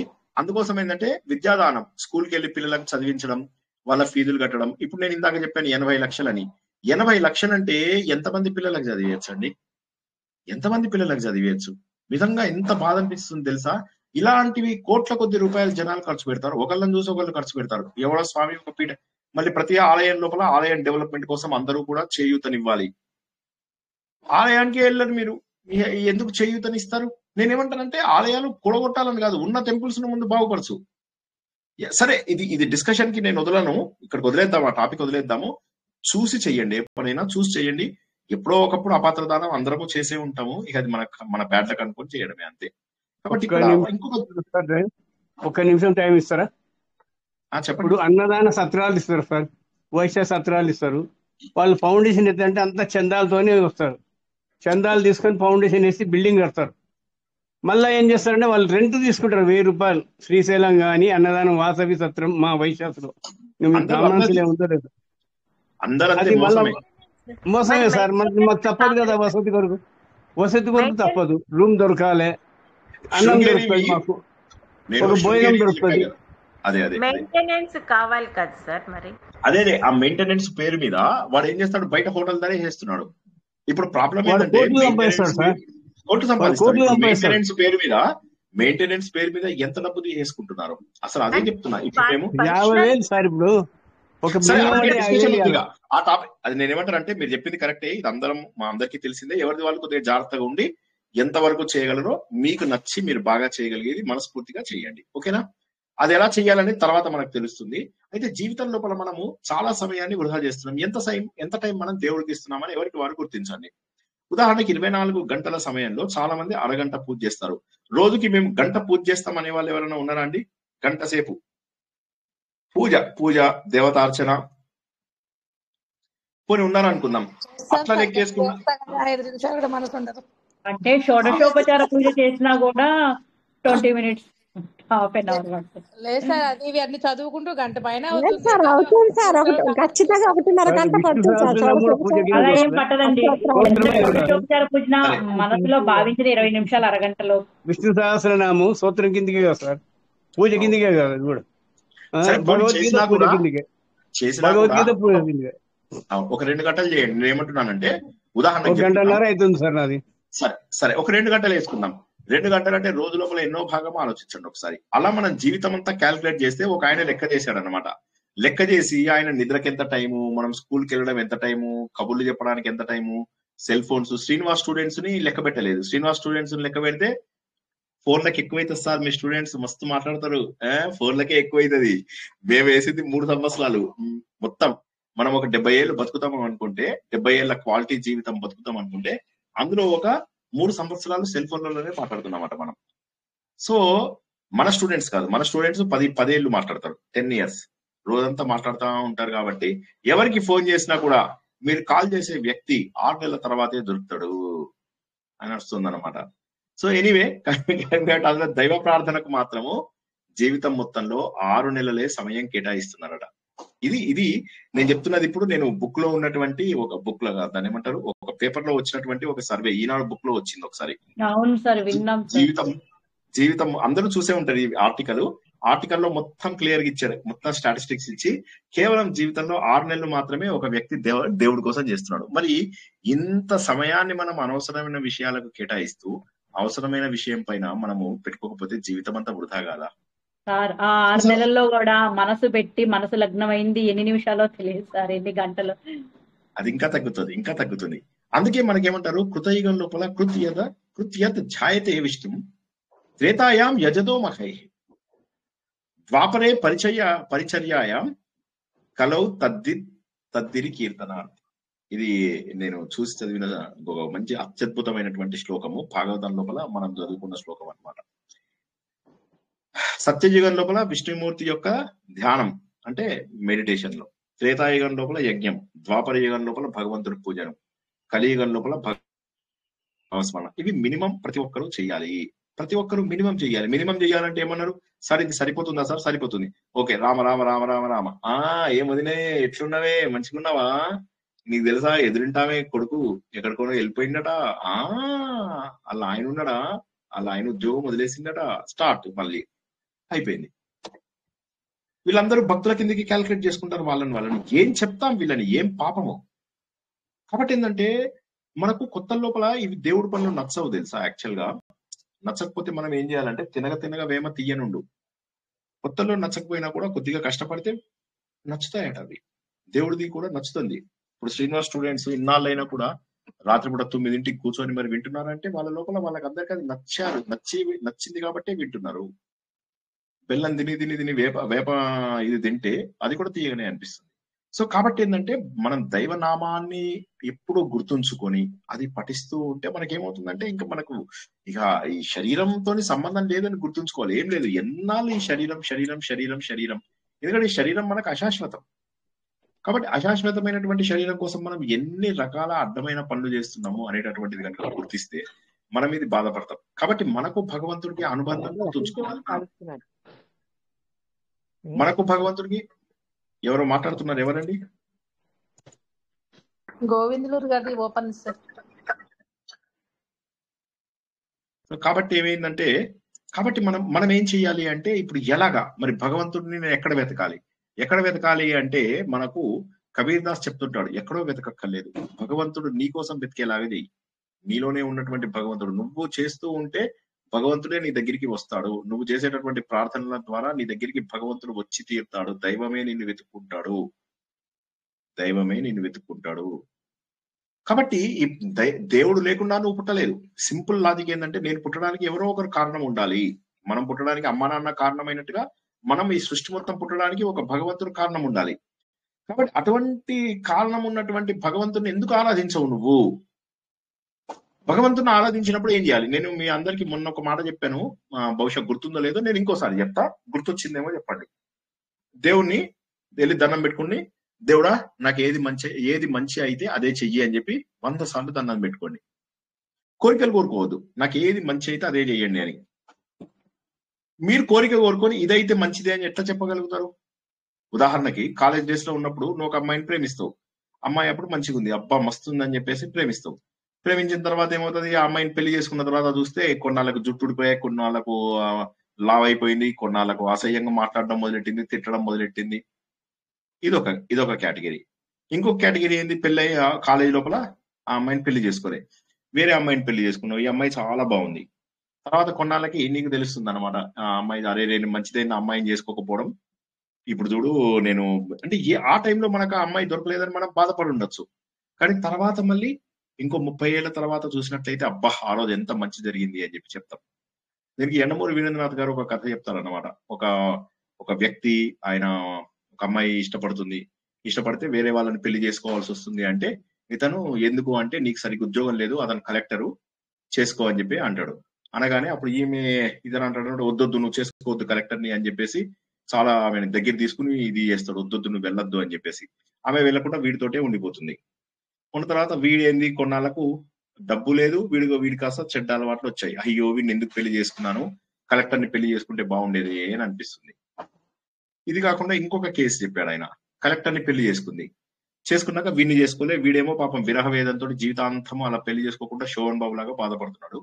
కలెక్టర్ని పెళ్లి చేసుకున్నాక కలెక్టర్ గారు రోజు తాగొచ్చి కొట్టడం మొదలెడుతుంటే తర్వాత కొన్నాళ్ళకి కలిస్తే ఈ వంటదనమాట, నువ్వు నన్ను ఆ రోజే ఎందుకు బలవంతం పెట్టలేదు, పెడితే నేను వాడిని కలెక్టర్ని పెళ్లి చేసుకునేవాడిని కాదు కదా అని. ఇట్లా చాలా కేసులు చెప్తాడు ఆయన. అల్టిమేట్లీ ఏంటంటే ఇవాళ నీకు కరెక్ట్ అనిపించిన డెసిషన్ రేపు కరెక్టో కాదో తెలియదు. ప్లీజ్ ప్లీజ్ ప్లీజ్ అందరు జాగ్రత్తగా వినాలా. ఇవాళ నీకు కరెక్ట్ అయిన డెసిషన్ రేపు కరెక్టో కాదో తెలియదు. కాబట్టి నువ్వేం చేయాలా అంటే, దేవుడా నాకు ఏది మంచి అయితే అది చెయ్యి, ఇది బాగుందా లేదా చెప్పండి ఒకసారి, ఎవరైనా జవాబు చెప్పండి, ఇది బాగుందా లేదా. సో చాలా బాగుంది. ఎప్పుడు నేను అలాగే ఏది మంచో తెలియదు, ఏది చెడో తెలియదు, ఆ టైంలో మంచి అవ్వచ్చు, ఏది మంచిదైతే అది మనం అడుగుతాం సార్. రైట్. మహాలక్ష్మి గారు చెప్పండి, మహాలక్ష్మి బలివాడ గారు చెప్పండి. సార్ హాయిగా ఉంటుందా? అదే సార్, మనకి ఏమి ఇవ్వాలో అతను రెడీగానే ఉంటారు, కానీ అంతకంటే చిన్నదే మనం కోరుతున్నాం అనేసి అనుకుంటాం నేను అనుకుంటాను. అంతే, కరెక్ట్ కరెక్ట్. అంతకంటే చిన్నదే కోరుతున్నామేమో. ఇవాళ తెలియదు కదా మనకు ఇవాళ తెలియదు, అది మనకు ఇవాళ తెలియదు మనం ఏది కోరుకుంటున్నామని. అడిగితే ఒకటే ఇస్తారు, అడగకపోతే అన్ని ఆయన ఇస్తాడని. బాగుంది, ఈ మాట కూడా చాలా బాగా చెప్పారు మీరు. Wonderful, very good. సో అడిగినా అడగకపోయినా ప్రారంభం అనేది తప్పదు. అది కొన్ని అనుభవించడానికి రెడీగా ఉండాలి, వాటికి శక్తి కావాలి. అది ఓ మనిషి భారము ఆయన మీద వేసినట్టు అయిపోతుంది. సర్వే జనో సుఖినో భవంతు అంటాం కదా సార్, అది కోరికే కదా. సమస్త సుఖినో భవంతు. ఇంతే. నేను ఫస్ట్ లో అలా ఉండలేదు కదా సార్, లాస్ట్ లో మెచ్యూరిటీ వచ్చిన తర్వాత మెల్లమెల్లగా మారొచ్చు. అప్పుడు దేవుడు వదిలేసినప్పుడు ఏమైపోతుందంటే చాలా పీస్ఫుల్ గా ఉండొచ్చు మనం. ఇప్పుడు ఎందుకంటే ఒక జైల్లో పడుకొని వాడు బాధపడుతున్నాడట. అయితే వాడు ఎదురుగా వెళ్తున్నటువంటి వాడు అన్నాడట, నువ్వు దేవుడిని ప్రార్థిస్తే నీకు జైలు శిక్ష పోతుంది అనుకుంటున్నావా అని అన్నాడట. అంటే వాడన్నాడు, నేను జైలు శిక్ష పోవాలని ప్రార్థించడం లేదు, దేవుడా నాకు ఏది మంచి అయితే అదే చేయమన్నాను అంటాడు. ఇప్పుడు రేపు వాడు జైల్లో ఉన్నా కూడా బహుశా దేవుడు నాకు మంచి చేయడానికి జైల్లో పెట్టాడు అని చెప్పేసి అనుకుంటాడు వాడు. మనకు ఆ కథ అందరికి తెలిసిన కథ ఉంది కదా, అది ఒక రాజు మంత్రి, అంతా మన మంచికి. ఎంత బ్యూటిఫుల్ కథ అది. ఆ రాజు మంత్రి కథ ఒక్కసారి గుర్తు తెచ్చుకోండి. ఏదైనా జరిగేది మన మంచికే. దేవుడు యొక్క పంచాయతీలా, మళ్ళా నేను చెప్తున్నాను, ఇది మొన్న కూడా చెప్పాను, అంతకు ముందు కూడా చెప్పాను, దేవుడు పంచాయతీలా అన్యాయం ఉండదు. దేవుడు పంచాయతీలు అన్యాయం మనకు అనిపిస్తుంది, అది వేరే సంగతి. న్యాయ ఉంది కదా సార్, విష్ణు సహస్రనామంలో న్యాయ. ఎస్, దేవుడికి న్యాయ అని పేరుంది. ఎందుకంటే భగవంతుడు న్యాయం చేసి తీరుతాడు. నేను ఒకటే మాట చెప్తున్నా, ఎవ్వరు కూడా నా స్టూడెంట్స్ అన్న వాళ్ళు ఎవ్వరు కూడా, నేను మళ్ళీ ఒకసారి చెప్తున్నా, ఎట్టి పరిస్థితులలో జీవితంలో ఎన్ని కష్టాలు వచ్చినా, ఎన్ని నష్టాలు వచ్చినా ఏడుపు మాత్రం ఆపండి. ఏడవవద్దు. ఎందుకంటే దేవుడు అందరి లోపల ఉన్నాడు, అందరి కోసం ఉన్నాడు, అందరినీ సరైనటువంటి దారిలో తీసుకెళ్తాడు దేవుడు. మీరు ఒక్కటే గుర్తుంచుకోండి, నాకు దేవుడు రాసలీల సమయంలో మా అందరికీ మోక్షం ఇవ్వడానికి లేడు, కాబట్టి ఇప్పుడు మాకు మురళీ గానంతో కాకుండా గీతా గానంతో నాకు మోక్షం ఇస్తున్నాడు అని అనుకోండి. కథం. భగవద్గీత సారం. భగవద్గీత ఎప్పుడుందండి? మళ్ళీ మనకి ఎల్లుండి. సో ఎంత అద్భుతం చెప్పండి. ఎన్నిసార్లు చెప్పుకున్నాను. ఈసారి అయితే 2 years అయిపోయింది ఆల్రెడీ. ఇప్పుడు నేను మా గురువు గారిని దాటిపోతానేమో అని భయం వేస్తుంది ఎప్పుడైనా నాకు. ఆయన 18 సంవత్సరాలు చెప్పాడు, నాకు తెలుసు ఈసారి 1 year అయిపోతుంది కదా, నెక్స్ట్ మళ్ళీ స్టార్ట్ చేస్తా. 19 years చెప్పాలని ఉంది నాకు, అది కోరిక. ఆయన ఎట్లయినా బీట్ చేయాలని కోరిక. సో నేనేమంటున్నానంటే అంత అద్భుతమైనటువంటి భగవద్గీత. కొంతమంది ఇదే కావాలని కోరుకున్నా దానికి 2 దోషాలు ఉంటాయి, ప్రత్యవాయ దోషం, అభిక్రమణాయ దోషం. అది జరుగుతుందా సార్? అయితే ఆ దోషాలు జరుగుతాయి. ఆ దోషాలు ఎందుకు జరుగుతాయంటే వాళ్ళు క్రమ పద్ధతిలో అంటే కోరికలతో దేవుణ్ణి పూజించడం తప్పు కాదు, కానీ కోరికలతో పూజించడం ఏమవుతుందంటే శ్రద్ధగా చెయ్యం కదా. అందుకోసం అని చెప్పి నియమాలతో, ఇప్పుడు మీరు ఫర్ ఎగ్జాంపుల్ కోరికలు, మీకు ఏదైనా ఐటమ్ ఒకటి ఫ్రీ ఇచ్చాడు అనుకోండి, ఇప్పుడు మీకు ఎవరైనా రోడ్డు మీద ఏంటంటే అమ్మ ఈ బుక్ తీసుకోండి, ఇవాళ నేను ఒకరి ఇంటికి వెళ్తే నాకు తెలుసు కదా ఎవరి ఇంట్లో నేను ఏం తీసుకోనని, వాళ్ళకి అది తెలుసు. మా RSS లో చాలా మందికి తెలుసు. ఎవరింటికని వెళ్తే వాళ్ళందరూ నాకు బుక్స్ ఇచ్చారు, నేను చూపెడతాను ఆ బుక్స్ మీకు.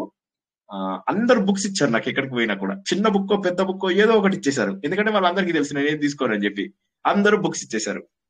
సో నేను ఏమంటున్నానంటే జస్ట్ గుర్తుంచుకోండి, మనకు అంటే సార్ ఇక్కడ కొంతమంది ఇప్పుడు చిన్న చిన్న ఆ పని జరగొద్దు, నేను అలా మొక్కుంటా, అది చేయొద్దు, ఇలా మొక్కుంటా అంటే అది అట్లా జరుగుతుందా సార్? అట్లేం జరగదు కదా. అంటే వాళ్ళు కోరుకున్నట్టుగా జరగకపో, ఎందుకంటే కోరుకోని ఒక వ్రతం చేశారనుకోండి, కోరుకుంటే ఏది జరగదు. కానీ కోరుకున్నది మీరు ఎలా కోరుకున్నారనుకోండి, మీరు వేరే వాళ్ళ కోసం కోరుకొని మంచిగా మనస్ఫూర్తిగా కోరుకొని మీరు గుండెల నిండా వాళ్ళకు మంచి జరగాలంటే జరిగే అవకాశం ఉంది. కానీ మీరు మన కోసం జరగాలి అన్నప్పుడు ఒక ఒక ఒక ఒక ఒక కోరికతో ఏదో పుత్రకామేష్టి యాగం చేశారు. అంటే పుత్రకామేష్టి అడిగిన యాగం వాళ్ళకి అది మంచో చెడో తెలియకపోయినా మంచి జరగాలని మనసులో అనుకొని అక్కడ ఎలా అర్థం, ఇప్పుడు అడిగే వాళ్ళకి కేవలం మంచి మనసుతో అడుగుతున్నారు సార్, వాళ్ళకి మంచి జరగాలి అని. కానీ అది వాళ్ళు అడిగింది మంచో కాదో తెలియదు కదా సార్. తెలియదు తెలియదు తెలియదు కానీ ఆ సమయంలో వీళ్ళని కష్టాల నుంచి బయటపడే దేవుడా అని చెప్పి కోరుకుంటాం కదా.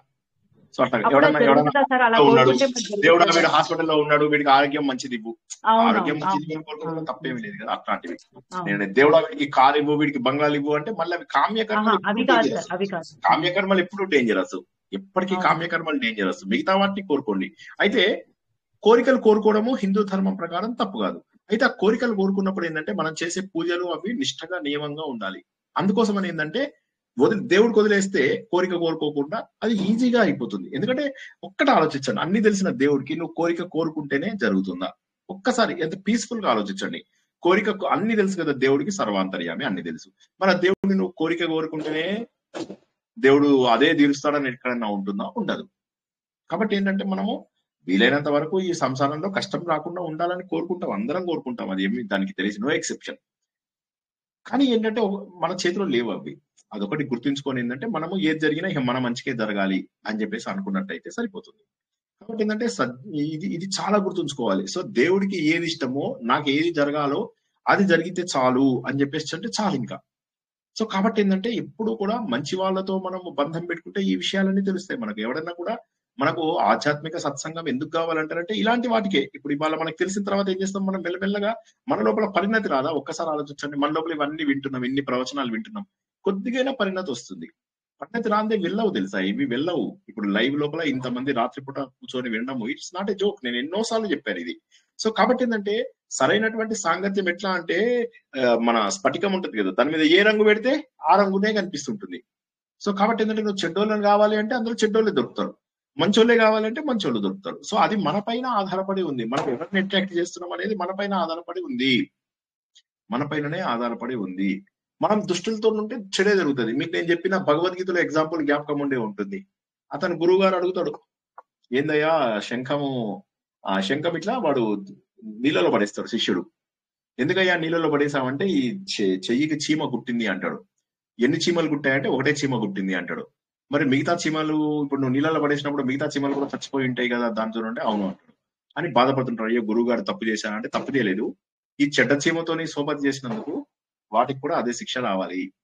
సో కాబట్టి నువ్వు ఎవరితోని ఫ్రెండ్షిప్ చేస్తావు, ఎవరి సోపతి పడతావు, ఎవరితోని నువ్వు స్నేహంగా ఉంటావు అనేది చాలా ఇంపార్టెంట్. చెడ్డవాళ్ళుగా ఉంటే చెడ్డ వాళ్ళతోని వచ్చే ఫలితాలన్నీ నీకు వస్తాయి, మంచి వాళ్ళతో నుంచి మంచి ఫలితాలన్నీ నీకు వస్తాయి.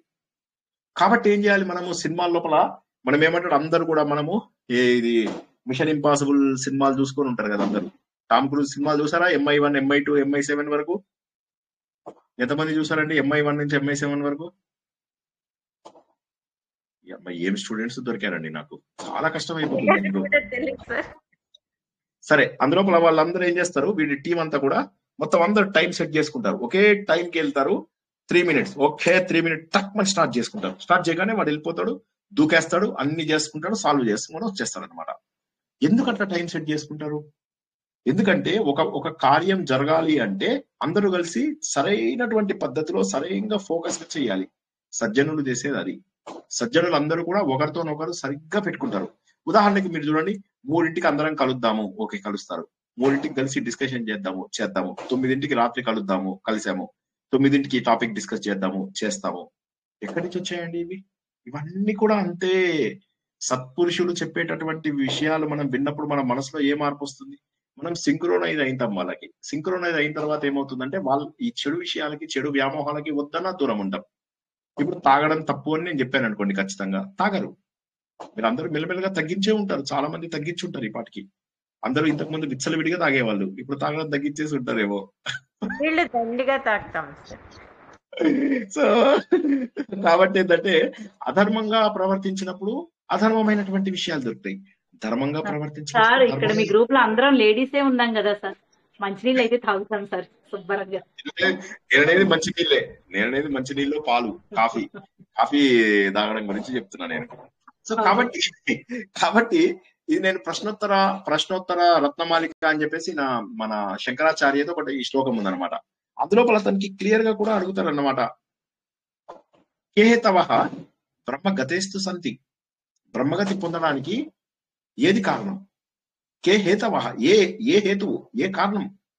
బ్రహ్మగతి పొందాలి అంటే ఏం కావాలి? ఇది చాలా బ్యూటిఫుల్ థింగ్, గుర్తుంచుకోండి. బ్రహ్మగతి పొందాలంటే ఏం కావాలి? ఆయన అంటాడు అనమాట, సత్సంగతి దాన విచారతోష. అంటే సత్సాంగత్యము, సరైనటువంటి దానము, బ్రహ్మ విచారము, ఈ మూడు మాత్రమే. ఇది నేను ఇంతకు ముందు చెప్పే కదా ప్రశ్నోత్తరం అని మణిమాలలో నేను ఒకసారి దాని మీద రివ్యూ చేయడం జరిగింది అనమాట. ఒక ఆయన చెప్తే ఇది దాంట్లో సేకరించి చెప్తున్నా. కాబట్టి సత్సాంగత్యము, సరైనటువంటి దానము, బ్రహ్మ విచారము, ఇవి చేస్తే మనకి ఏ విధమైనటువంటి బెంగ రాదు. కాబట్టి ఆ దానం అనేటటువంటిది తప్పక, దానం అనేటటువంటిది ఏంటది? దయాగుణం ఉన్నటువంటి వాళ్లకు పరోపకారమే ఒక అలంకరణం. అది ఉంది కదా, దాన్ని సంస్కృతం శ్లోకం నేను మర్చిపోయాను. కేయూర అని అది ఉంది కదా, అది మంచి జనులకు ఇవి మాత్రమే అలంకారాలు, వాళ్ళకి ఇవి అలంకారాలు కాదు అనేవో ఉంది కదండి. అది నా భూషయంతి పురుషం అని. సో మంచి మాట, మంచి పద్ధతి, ఇవన్నీ ఏవైతే ఉన్నాయో అవే మనకు కావాలి. నువ్వు ఎలాంటి ఓ పెద్ద దానం హస్తభూషణం అంటారు కదా సార్. అదే దానం, అదే కానీ నేను చెప్పిన శ్లోకం మీ అందరికి తెలిసిన శ్లోకమే. నేను ఇప్పుడు అది ఎందుకు, అది మీకు అర్థమైపోయింది బేసికల్లీ, అందుకోసం అది మొత్తం చెప్పలేకపోతున్నా. సో ఎప్పుడైనా ఒక వ్యక్తి గురించి చెప్పాలి అంటే వాడు ఎలాంటి వాడు అని చెప్పాలి అంటే వాడి ఫ్రెండ్స్ చూపిస్తే వాళ్ళు చెప్పచ్చు. అదే విధంగా వాడు ఎలా జీవితంలో గడుపుతున్నాడు అని చెప్పాలంటే వాడి బ్యాంక్ అకౌంట్ చూపిస్తే వాడి లైఫ్ స్టైల్ చెప్పచ్చు. మనం ఎక్కడి నుంచి ఇన్కమ్ వస్తుంది, ఎక్కడి నుంచి ఎక్స్పెక్ట్. అదే విధంగా మన జీవితంలో కూడా నువ్వు చేస్తున్న ట్రాన్సాక్షన్స్ బట్టే నీ జీవితము. ఈ ట్రాన్సాక్షన్స్ అన్ని మనం రికార్డ్ చేయము, దేవుడు రికార్డ్ చేస్తాడు.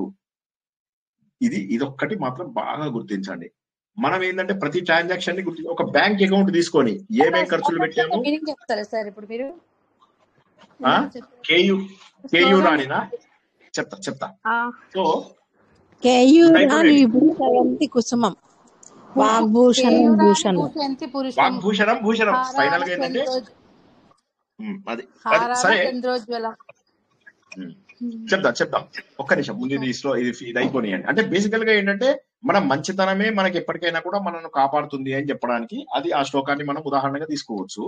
ఇక్కడ మనం చెప్తున్నది ఏంటంటే నీ బ్యాంక్ అకౌంట్ చూస్తే నువ్వు ఎలాంటి ఖర్చులు పెడతావు, ఎలాంటి ఇన్కమ్ వస్తుంది అనే దాన్ని బట్టి నీ జీవితాన్ని ఎలా అయితే నిర్ణయిస్తామో, నీ స్నేహితులను చూసి నీ క్యారెక్టర్ ఎలా అయితే డిసైడ్ చేస్తామో, అదే విధంగా నీ జీవితంలో నువ్వు చేస్తున్న పాపపుణ్యాలన్నీ కూడా బయట అక్కడ లెక్కబడుతున్నాడు. ఒక నియంత ఉన్నాడు, ప్రపంచాన్ని అంతటినీ కూడా నియమించేటటువంటి వ్యక్తి భగవంతుడు. ఆయన దగ్గర ఇవన్నీ ఉన్నాయి. మనం ఇన్కమ్ ట్యాక్స్ చెల్లించకపోవడము, దానం చేయడము, ఎంత కష్టపడతారో కొంతమంది దానం చేయడానికి ఎంత లోభము. మొన్న నేను మీకు చెప్పాను, ఒక ఉదాహరణ కోసం చెప్పిన ఉదాహరణ జ్ఞాపకం ఉందా? నేనేమో మంచిగా ప్యాకెట్స్ తీసుకెళ్లి గిఫ్ట్లు ఇస్తే అతనికి ఇవ్వాలని ఉంది, నేను ఇచ్చాను కాబట్టి ఇవ్వాలని ఉంది, మొహమాటము. కానీ ఏం చేయాలో తెలియక ఒకసారి తీసుకొచ్చి అందులోంచి కొన్ని తీసి ఇంట్లో పోసి ఒక ప్లాస్టిక్ కవర్ పెట్టి దానికి స్టేప్లర్ కట్టిస్తున్నాడు. లోభం. మరి అతను నాకంటే ఎక్కువ సంపాదిస్తున్నాడు, నాకంటే ఎక్కువ బాగా బతుకుతాడు, కానీ వేరే వాళ్ళకి ఇవ్వాలి అనేసరికి చాలా మందికి లోభం వస్తుంది. ఆ పెద్ద చెయ్యి రాదు. పెద్ద చెయ్యి రావడానికి మా చుట్టాలలో ఒకళ్ళు ఉన్నారు, వాళ్ళందరికంటే కూడా కొద్దిగా తక్కువ స్థాయిలో ఉన్నారు. కానీ వాళ్ళు గిఫ్ట్లు పెట్టేటప్పుడు అవి పెట్టేటప్పుడు వాళ్ళ దగ్గర మేము చూసి ఆశ్చర్యపోతుండే వాళ్ళం. ప్రతి దానికి కూడా వాళ్ళందరికంటే బెటర్ గా ఉండేవాళ్ళు. నేను చాలా నేర్చుకున్నాను వాళ్ళ ఫ్యామిలీ నుంచి. వాళ్ళు ఎంత కష్టంలో ఉన్నా సరే పెద్ద చేయగానే ఉండేది. అవతల వారికి ఏదో పెట్టాలి. అందులో హిందూ సంస్కృతిలో ఉన్నటువంటి గొప్ప గుణం కూడా ఏంటి తెలుసా? ఇందాక మేమందరి ఇళ్ళకి వెళ్తే, పిలవడానికి వెళ్తే ఎన్ని పెట్టారో తెలుసా? దీపావళి అని చెప్పి అసలు ఇంకా వాళ్ళు దీపాలు పెట్టుకోవాలి, పాపం మా బయటలో ఉండాలి, భార్య వాళ్ళు లోపలికి వెళ్ళి ఇవన్నీ చేస్తుంటే నాకు బాధేస్తుంది. 100% RSS families are great, there is no doubt about it. వాళ్ళు తిట్టుకోకుండా వాళ్ళు మా అందరితో అంత ప్రేమగా మాట్లాడి, మళ్ళీ ఒకళ్ళ మా వెళ్ళింది 6-7 వెళ్ళాము అందరము. మళ్ళీ సో అయినా కూడా అంటే నేను క్యారెక్టర్ అది, అంటే ఆ క్యారెక్టర్ పెద్ద మనసుతోటి. ఇంకొక ఆయన అయితే బలవంతంగా వాళ్ళ ఇంటికి తీసుకెళ్లాడు. నాకు అప్పటికి మీటింగ్ టైం అవుతుంది, వేరే మీటింగ్. వద్దు వద్దు వద్దు అంటే కూడా, సార్ ప్లీజ్ సార్ 2 నిమిషాలు ఉండండి అన్నాడు. వాళ్ళ ఇంట్లో కూర్చోబెట్టి మళ్ళీ స్వీట్లు, మళ్ళీ హాట్లు అన్ని పెట్టాడు. పిల్లల్ని, వైఫ్ ని అందరినీ పరిచయం. అంటే ఎంత అద్భుతమైన హిందూ సంస్కృతి. సో నేనేమంటున్నానంటే, వేరే వాళ్ళకి పెట్టేటప్పుడు పెద్ద చెయ్యి ఉండాలి మనకు. ఇన్కమ్ ట్యాక్స్ మనస్ఫూర్తిగా కట్టాలి, దానం అట్లాగే మనస్ఫూర్తిగా చెయ్యాలి. ప్రాబ్లం ఏంటంటే మన మన ఇంకొక మాట అంటాను, ఏమనుకోవద్దు ఎవరు, మన మతం కంటే కూడా కొన్నిట్లలో క్రిస్టియానిటీ బాగా అనిపిస్తుంది. ఈ మాటను ఎవరు చెప్పారు? శ్రీనివాస్ చెప్పలే, కనిపించింది కరెక్టే. ఒకసారి ఈయన అన్నాడు, వివేకానందుడే అన్నాడు, క్రిస్టియానిటీలో ఉన్నటువంటి సేవా గుణం ఎందుకు మన హిందువులలో రాలేదు అని చెప్పి బాధపడ్డాడు ఆయన. వాళ్ళు ఇంతకుముందు 300 ఏళ్ల కింద క్రిస్టియన్స్ డిఫరెంట్ గా ఉండేవాళ్ళు. వాళ్ళ లోపల సేవాభావం బాగా ఎక్కువ ఉంది. వాళ్ళు ఎక్కడ కూడా సేవాభావం దగ్గర అసలు వాళ్ళు వెనక్కి ఆలోచించే ప్రసక్తే లేదు. మేము ఆఫీస్కి వెళ్తే మాకు బయట డబ్బాలు ఉండేవన్నమాట. ఆ డబ్బాలను పడేసి వెళ్ళిపోవడమే అంతే. నువ్వు అక్కడ కూర్చొని 10 ఫోటోలు దిగి అంత టైం ఇవ్వరు వాళ్ళు. అక్కడ డబ్బాలు పెడతారు, స్కూల్ డ్రైవ్ అంటారు, ఫుడ్ డ్రైవ్ అంటారు, అవ్వంటారు ఇవ్వంటారు. ఉన్న వాళ్ళందరూ చక్కగా వాలంటరీ సర్వీస్ చేస్తారు, అందరు జనాలకు అందిస్తారు. అలా చేయడం వల్ల ఏమవుతుంది తెలుసా? వాళ్ళ దేశం కూడా సుభిక్షం అవుతుంది. వాళ్ళ దేశం కూడా అందుకోసమే సుభిక్షంగా ఉంటుంది. ఎట్లా అంటే ఒక చర్చ్ ఉండే, ఆ చర్చ్ అనుకోకుండా కొంత డ్యామేజ్ అయింది. పాపం లోపల అందరూ బాధపడుతున్నారు, దీనికి చాలా ఖర్చు అవుతుంది, విండోస్ రిపేర్ చేయించాలి, టేబుల్స్ రిపేర్ చేయించాలి అని బాధపడుతున్నారు. అక్కడ ఉన్న వాళ్ళు 4 మాట్లాడుకున్నారు, వాళ్ళకి వాళ్ళు దబదబా వెళ్ళారు. అందులో ఉన్న టేబుల్స్, చైర్స్, ఇవి అవి అన్ని చేంజ్ చేశారు. ఒక చర్చ్ లో, ఒక స్కూల్లో, ఒక లైబ్రరీలో 3 చోట్ల చేశారు. ఎవరి ఇళ్లలో ఉన్నవో అక్కడ తీసుకొచ్చేసి వాళ్ళు పెట్టారు. అంటే దీని ద్వారా ఏమవుతుంది తెలుసా? ప్రతి ఒక్కడు గనక కొంత స్వార్థాన్ని వదులుకుని గనక అవతల వాళ్ళకి గనక సేవ చేయగలిగితే ఎంతో మందిని మనం సంతోషపెట్టిన వాళ్ళం అవుతాం. అండ్ అన్నిటికంటే గొప్ప సంతోషం ఎప్పుడు కలుగుతుంది తెలుసా? అవతల వాడు సంతోషపడ్డాడు అన్నప్పుడు. మన వల్ల అవతల వాడు సంతోషపడ్డాడు అన్నప్పుడు ఎక్కువ సంతోషం కలుగుతుంది. దీన్నే ఏమంటారు తెలుసా? Real happiness lies in making others happy. నిజమైనటువంటి సంతృప్తి ఎప్పుడు దొరుకుతుంది తెలుసా? వేరే వాళ్ళని సంతోషపెట్టినప్పుడే. వేరే వాళ్ళని బాధ పెట్టినప్పుడు దొరకదు. నీ మాటల ద్వారా, నీ చేతల ద్వారా నువ్వు ఎవరైనా బాధ పెడితే నువ్వు సంతోషంగా ఉండవు.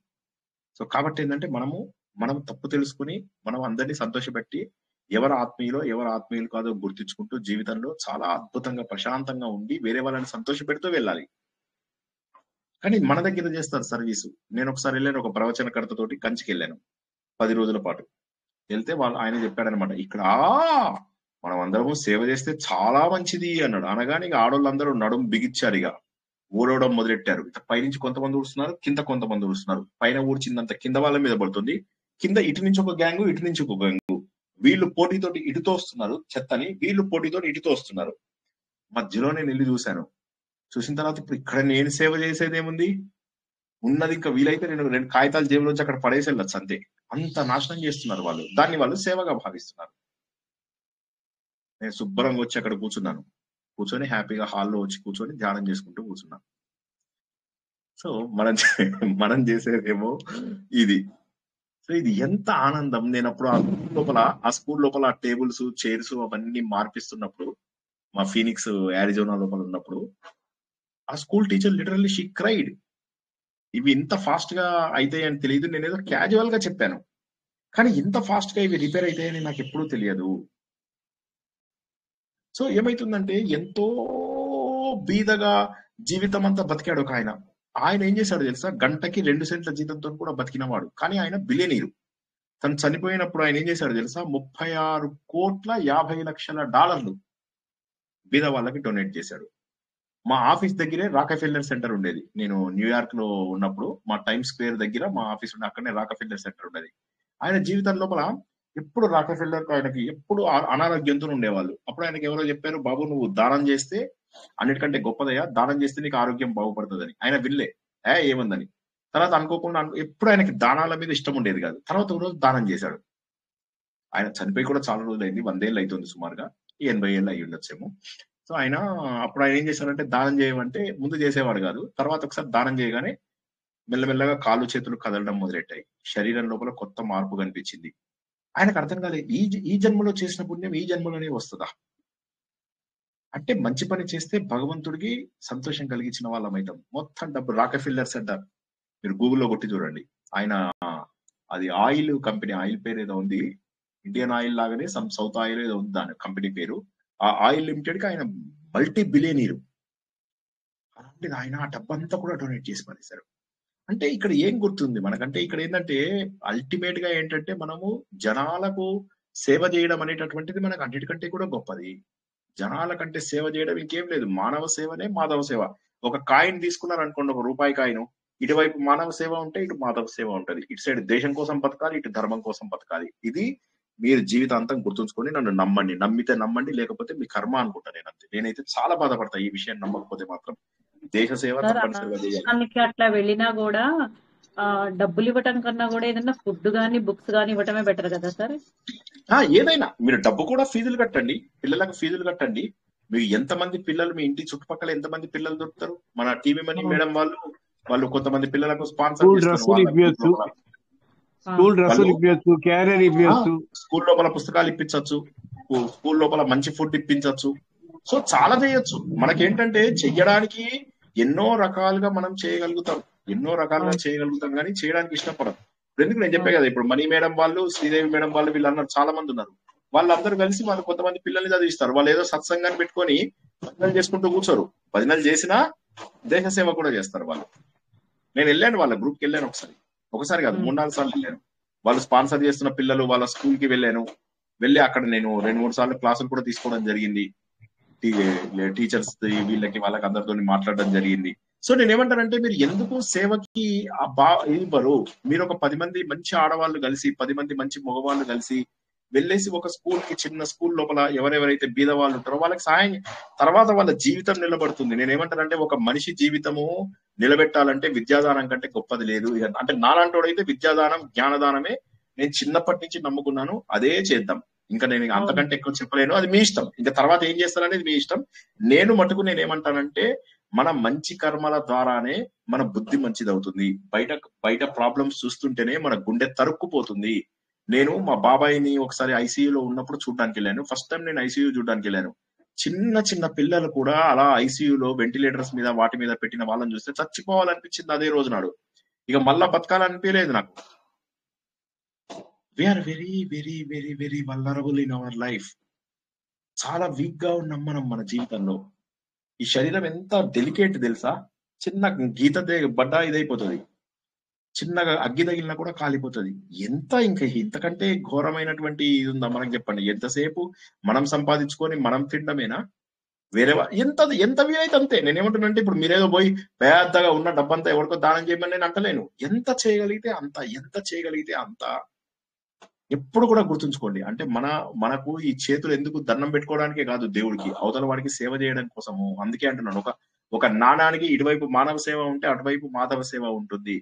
కాబట్టి భక్తి అనేవాడు ఎవడైతే ఉంటాడో వాడికి దాన గుణం ఉంటుంది. ఈ దాన గుణాన్ని ఏం చేస్తారంటే ఈ మఠాధిపతులు వాడేసుకుంటారు. మన ఆలయ డెవలప్మెంట్ అంటాడు, దేవుడికి కవచం పెట్టాలంటాడు, దేవుడికి టైల్స్ వేయించాలంటారు. చేయించాలి, తప్పని నేను అనను. కాకపోతే ఏమవుతుందంటే, ఎన్ని టెంపుల్స్ ఉన్న టెంపుల్స్ ముందు నువ్వు కాపాడుకో. ఫస్ట్ తుర్కోళ్ళు వచ్చి కట్టేస్తున్నారు టెంపుల్స్. వాళ్ళు కూలగొడుతూ ఉంటే నువ్వు ఉన్నవాడికి వాళ్ళు మింగే వాళ్ళు ఉన్నారు సార్. డొనేషన్ తీసుకుపోయి మింగేస్తున్నారు. అదే, అందుకే మన చేతుల ద్వారా నేనేమంటున్నా అంటే, అందరికీ తెలిసిన విషయాలే. నేను కొత్తగా ఇవాళ ఒక్క మాట చెప్పట్లే. కానీ దీన్ని శంకరాచార్య రోజుల్లోనే చెప్పడం అనేటటువంటిది చాలా చాలా చాలా ఇది. ఎందుకంటే ఆల్రెడీ ఉపసంహారంలోకి వచ్చేసాం, మనం క్లోజర్ లోకి వచ్చేసాం. కాబట్టి ఏంటంటే, తప్పకుండా ప్రతి రోజు నాడు కూడా ఆయన ఏం చెప్తారంటే, ఎట్టి పరిస్థితుల్లో కూడా ప్రతి వ్యక్తి కూడా శిక్షావల్లి, భృగువల్లి, ఆనందవల్లి అని మనం ఇంతకుముందు అందులో ఒక్కటి చదవాలి. భగవద్గీతలో ఒక చాప్టర్ చదవాలి, విష్ణు సహస్రనామం చదవాలి, పురుష సూక్తం చదవాలి, శ్రీరుద్రం ఎన్ని ఉన్నాయో ఇవన్నీ కూడా నిష్కామంగా ఏ కోరిక లేకుండా చదివితే నీకు అంతఃకరణ శుద్ధి జరగడం ఖాయం. అంతఃకరణ శుద్ధి జరగాలి.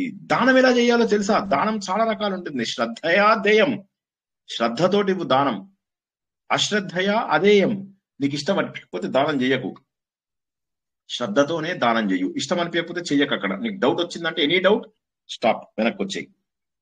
శ్రీయాదేయం, ఎంత నీకు శక్తి ఉందో అంత శక్తి ప్రకారం నువ్వు దానం చెయ్యి. 100 రూపాయల శక్తి ఉండి నువ్వు 10 రూపాయలు ఇస్తా అంటే మీకు అందరికీ ఆ రాదు కథ తెలుసు. రాదు ఒక జన్మ లోపల వాడు ఈ కూరగాయలు అమ్ముకునేటోడు. ఆ కూరగాయల లోపల ఒక 20% 30% ఎంతో కొన్ని కూరలు ఉంటాయి కదా, ఆ కూరల్ని వేరే వాడికి దానం చేసేవాడు.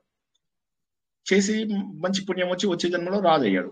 అతనికి పూర్వజన్మది గుర్తుంది, రాజుగా గుర్తున్నా అనేసరికి అప్పుడు ఏం చేశాడు, ఈ రాజుగా అయిన తర్వాత కూడా కూరగాయలు దానం చేయడం మొదలెట్టాడు.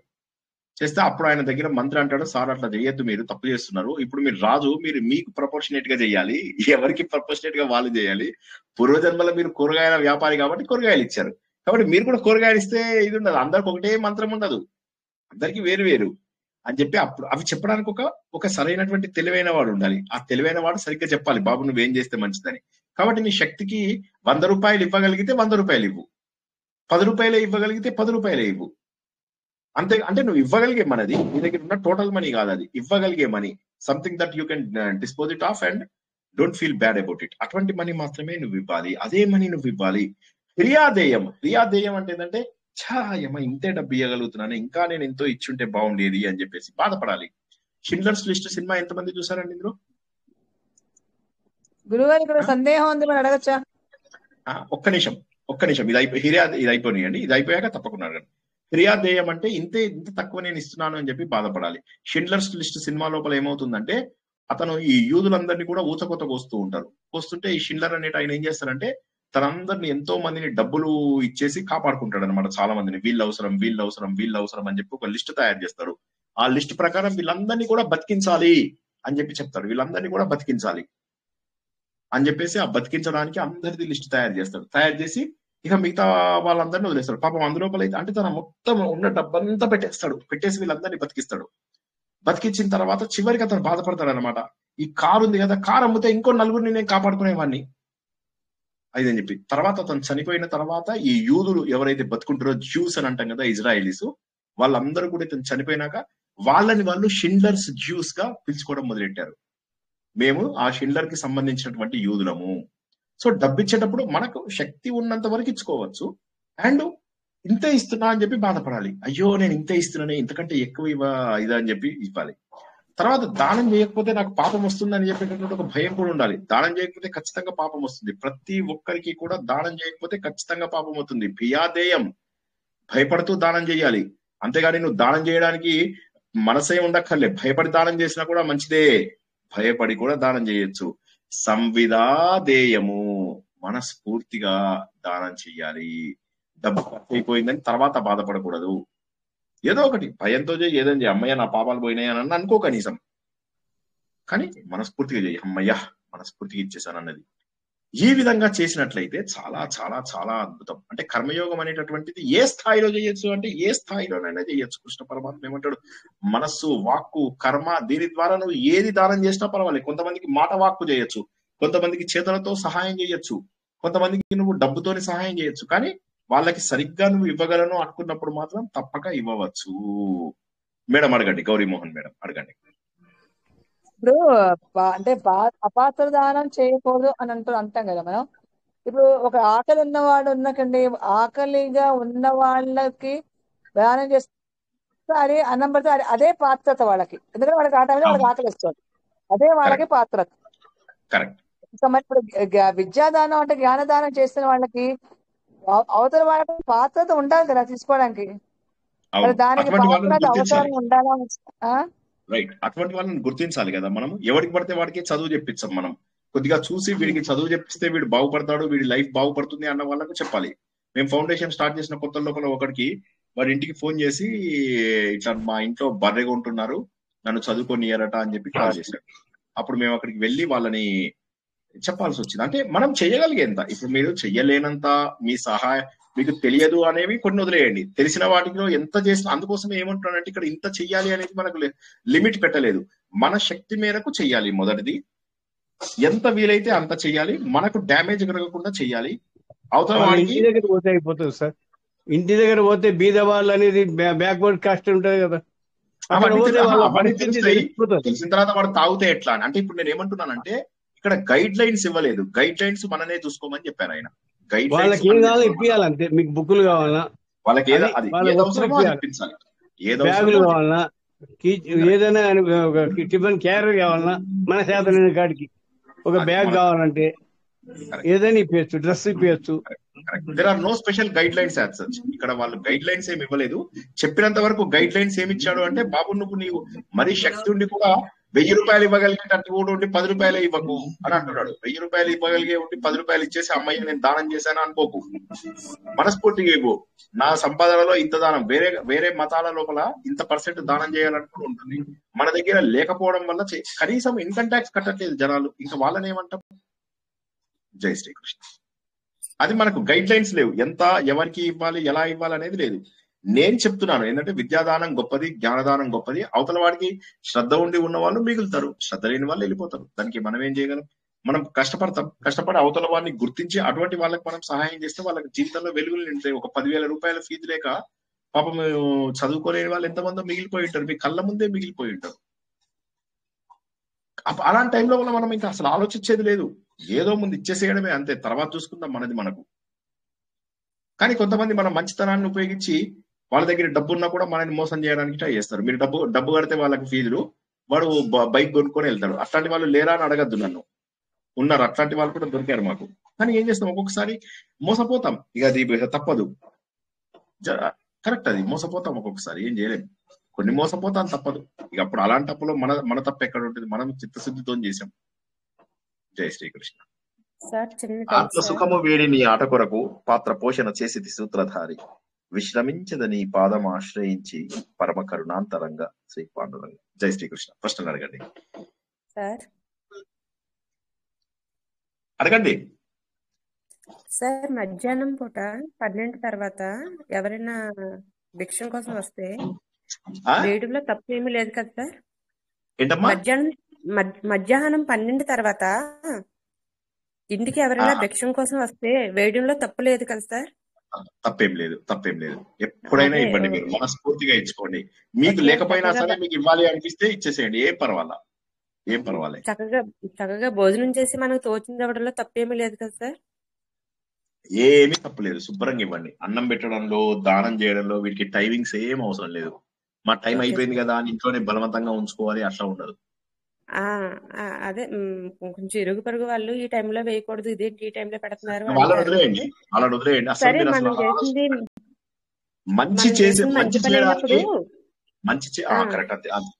చెప్పండి. సారీ, మనం చేసిన మంచి పని చేసినప్పుడు డౌట్ పడడం ఎందుకు, బాధపడటం ఎందుకు? సరే ఏదో ఒకటి అవుతుంది అని పెడతాం సార్. మధ్యాహ్నం పూట వేయకూడదని మేము వెయ్యము, మీరు వేస్తున్నారు అంటారు. అది ఎంతవరకు కరెక్ట్, తప్ప ఒప్ప? క్లారిటీ అంతే సార్. అది వాళ్ళది తప్పు, మీది కరెక్ట్. Thank you sir. చిన్న ప్రశ్న సార్, అడగండి సార్. అది యాక్చువల్ ఆవిడ చెప్పిన మనస్సంకల్పం మంచిదైతే ఏదైనా చేయొచ్చు, అదొకటి. తర్వాత నాకు ఒకటి నిష్కామము అన్నప్పుడు, ఇప్పుడు మనం సంకల్పం చెప్పేటప్పుడు క్షేమస్థైర్య ధైర్య ఇవన్నీ చెప్పి పుత్రపౌత్రాభివృద్ధి కూడా అంటాం. ఇది కూడా కోరుతున్నట్లే కదా? ఎంత కరెక్ట్ కాదా? అవును, కోరికనే, అది కూడా కోరికనే. కాకపోతే ఏంటంటే మనం అది ఎప్పుడు చెప్తాం, మనము ఒక మంత్ర పద్ధతిలో చేసేటటువంటి వాటికి మాత్రం సంకల్పం చెప్తాం. కాబట్టి ఏంటి, ఆ సంకల్పం చెప్పినప్పుడు ఆ మంత్రం చాలా బాగా చేయాలి. అలా చెయ్యం మనము. చేయనప్పుడు ఏం చేస్తామంటే లాస్ట్ లోపల, అందుకోసమే కాయనే వాచ మనసేంద్రియవ బుద్ధ్యాత్మ కరోమి యజ్ఞ సకల నారాయణ అయితే సమర్పణ అంతే చెప్తాం. ఆశీర్వాదం కిందకి వస్తుంది. క్షేమ స్థైర్య ఆరోగ్యం అంటే ఆశీర్వాదం. అది వాళ్ళ కోరిక. నాకు కూడా అనిపిస్తుంది ఏమిటంటే అండి, ఎవరి క్షేమమైనా మనం కోరుతాము, అలాగే మన పుత్రపౌత్రాదులు కూడా వాళ్ళు వృద్ధి చెందాలి. ఇది కామము కింద వస్తుంది, అదొక్కటే నాకు మనస్సంకల్పం డౌట్ వస్తుంది. తప్పకుండా వస్తుంది. దేహంతో ఏర్పడినటువంటి బంధాల కింద కూడుకునే ప్రతిదీ కామం కిందకే వస్తుంది. అయితే మనం ఏం చేయాలి? చేయడంలో తప్పు లేదు. పిల్లల గురించి, మన ఇంట్లో వాళ్ళ గురించి, అమ్మ గురించి కోరుకుంటాం. అప్పుడు ఏం చేయాలంటే మరింత శ్రద్ధగా చేసి, అందుకని ఏం చేశారంటే, మనం శ్రద్ధగా చెయ్యలేము అని చెప్పి తెలిసే ఏం చేశారంటే, మీరు ఎంత పెద్ద పూజ చేయండి, యజ్ఞం చేయండి, యాగం చేయండి, ఏదైనా చేయండి, అందరికి తెలుసు ఈ 2 భూతాలు వచ్చి కూర్చుంటాయని. అందుకోసం మనం ఏం చేశారు, సర్వం కృష్ణార్పణమస్తు, ఇందాక చెప్పినటువంటి కాయేన వాచ మనసేంద్రియర్వ అవి చెప్తారు. యదక్షర పదభ్రష్టం మాత్రహీనంత అవన్నీ కూడా చెప్తారు. తర్వాత మంత్రహీనం, భక్తిహీనం, క్రియాహీనం జనార్దన ఇవన్నీ చెప్తారు. ఎందుకు చెప్తారంటే 100% మనం కరెక్ట్ గా చేయలేము. కాబట్టి దేవుడు కల్పించేస్తాం. దేవుడు కల్పించేసినప్పుడు ఏమవుతుంది, ఎప్పుడైతే మనం దేవుడు కల్పించేస్తామో అప్పుడు మనం ఏం చేస్తున్నాము, పుణ్యం కూడా దేవుడికి. ఒకళ్ళకి నేను ఇట్లానే ఏదో చెప్తూ వాళ్ళకి సర్వ కృష్ణార్పణ వస్తూ అంటే వాళ్ళు బోరు నేర్చారు. ఎందుకు ఏడుస్తున్నారు అంటే, సార్ ఇంత కష్టపడి ఇన్ని పైసలు ఖర్చు పెట్టి ఇన్ని చేసినాక నువ్వేమో పంతులు మా ఇంటికి వచ్చి దేవుడికి అర్పిస్తున్నావేంటి అని వాళ్ళు బోరు నేర్చారు. నేను కాబట్టి ప్రశ్నలకు జవాబులు ఇస్తా కదా, వాళ్ళకి ప్రశ్నలన్నిటికీ జవాబులు చెప్తూ ఇప్పుడు మీరు చేసిన పుణ్యము ఇవన్నీ కూడా దేవుడికి అర్పిస్తున్నావు వాళ్ళు బోర్ నేర్చారు. ఫ్రెండ్స్, ఏం పంతులు ఇట్లా చేయించినావు మాకు అని. అంటే నేను అన్నాను, కాదయ్యా, భగవంతుడికి సమర్పిస్తే నీకు ఖచ్చితంగా వచ్చి తీరుతుంది, నీకు రాకపోవడం ఉండదు. నువ్వు చేసిన తప్పులేమో చేసిన తప్పులేమో దోషాలు ఎగిరిపోతాయి, మంచి మాత్రం తప్పక నీకు వస్తుంది అని. కాబట్టి మీరు అడిగిన ప్రశ్నకి ఏంటంటే తప్పక కోరుకోండి, మీరు తప్పక కోరుకోండి, అందరు అభివృద్ధి కోరుకోండి. చివరి లోపల అది చెప్పడం కంపల్సరీ. మనం తప్పులు చేసిన మనం ఎటువంటి పూజ ఇప్పుడు ఈవెన్ శివాభిషేకం చేసినా కూడా ఫస్ట్ నారాయణేతి సమర్పయామి, తర్వాతే శివుడికి. సర్వం నారాయణ, భగవంతుడికి సమర్పించందే మనం ఏ పని చెయ్యం. అందుకోసమే హిందూ ధర్మం లోపల ప్రతి దాంట్లో దోషం ఉంటుందని చెప్పే వాళ్ళ కింద అన్ని రకాలు యాడ్ చేస్తారు. ఇది కూడా రాస్తారు సార్, ఆవాహనం నజానామి విసర్జనం, పూజావిధిం నజానామి క్షమస్వ పరమేశ్వర. కరెక్ట్ 100%.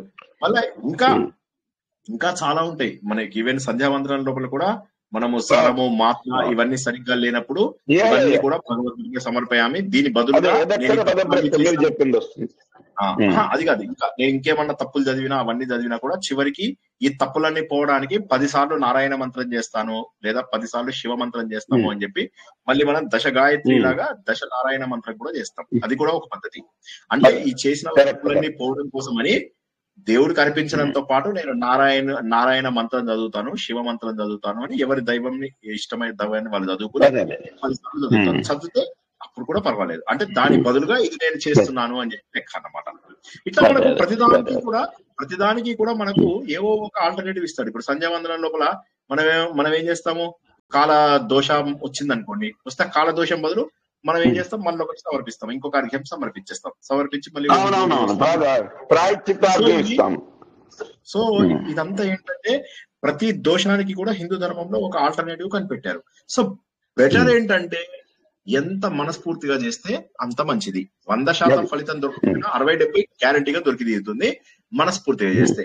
మనస్ఫూర్తిగా చేయకపోతే అంతే ఫలితం దొరుకుతుంది, ఇంత పెద్ద ఫలితం దొరుకుతుంది. పూర్ణమదం పూర్ణమిదం పెద్ద సున్నా.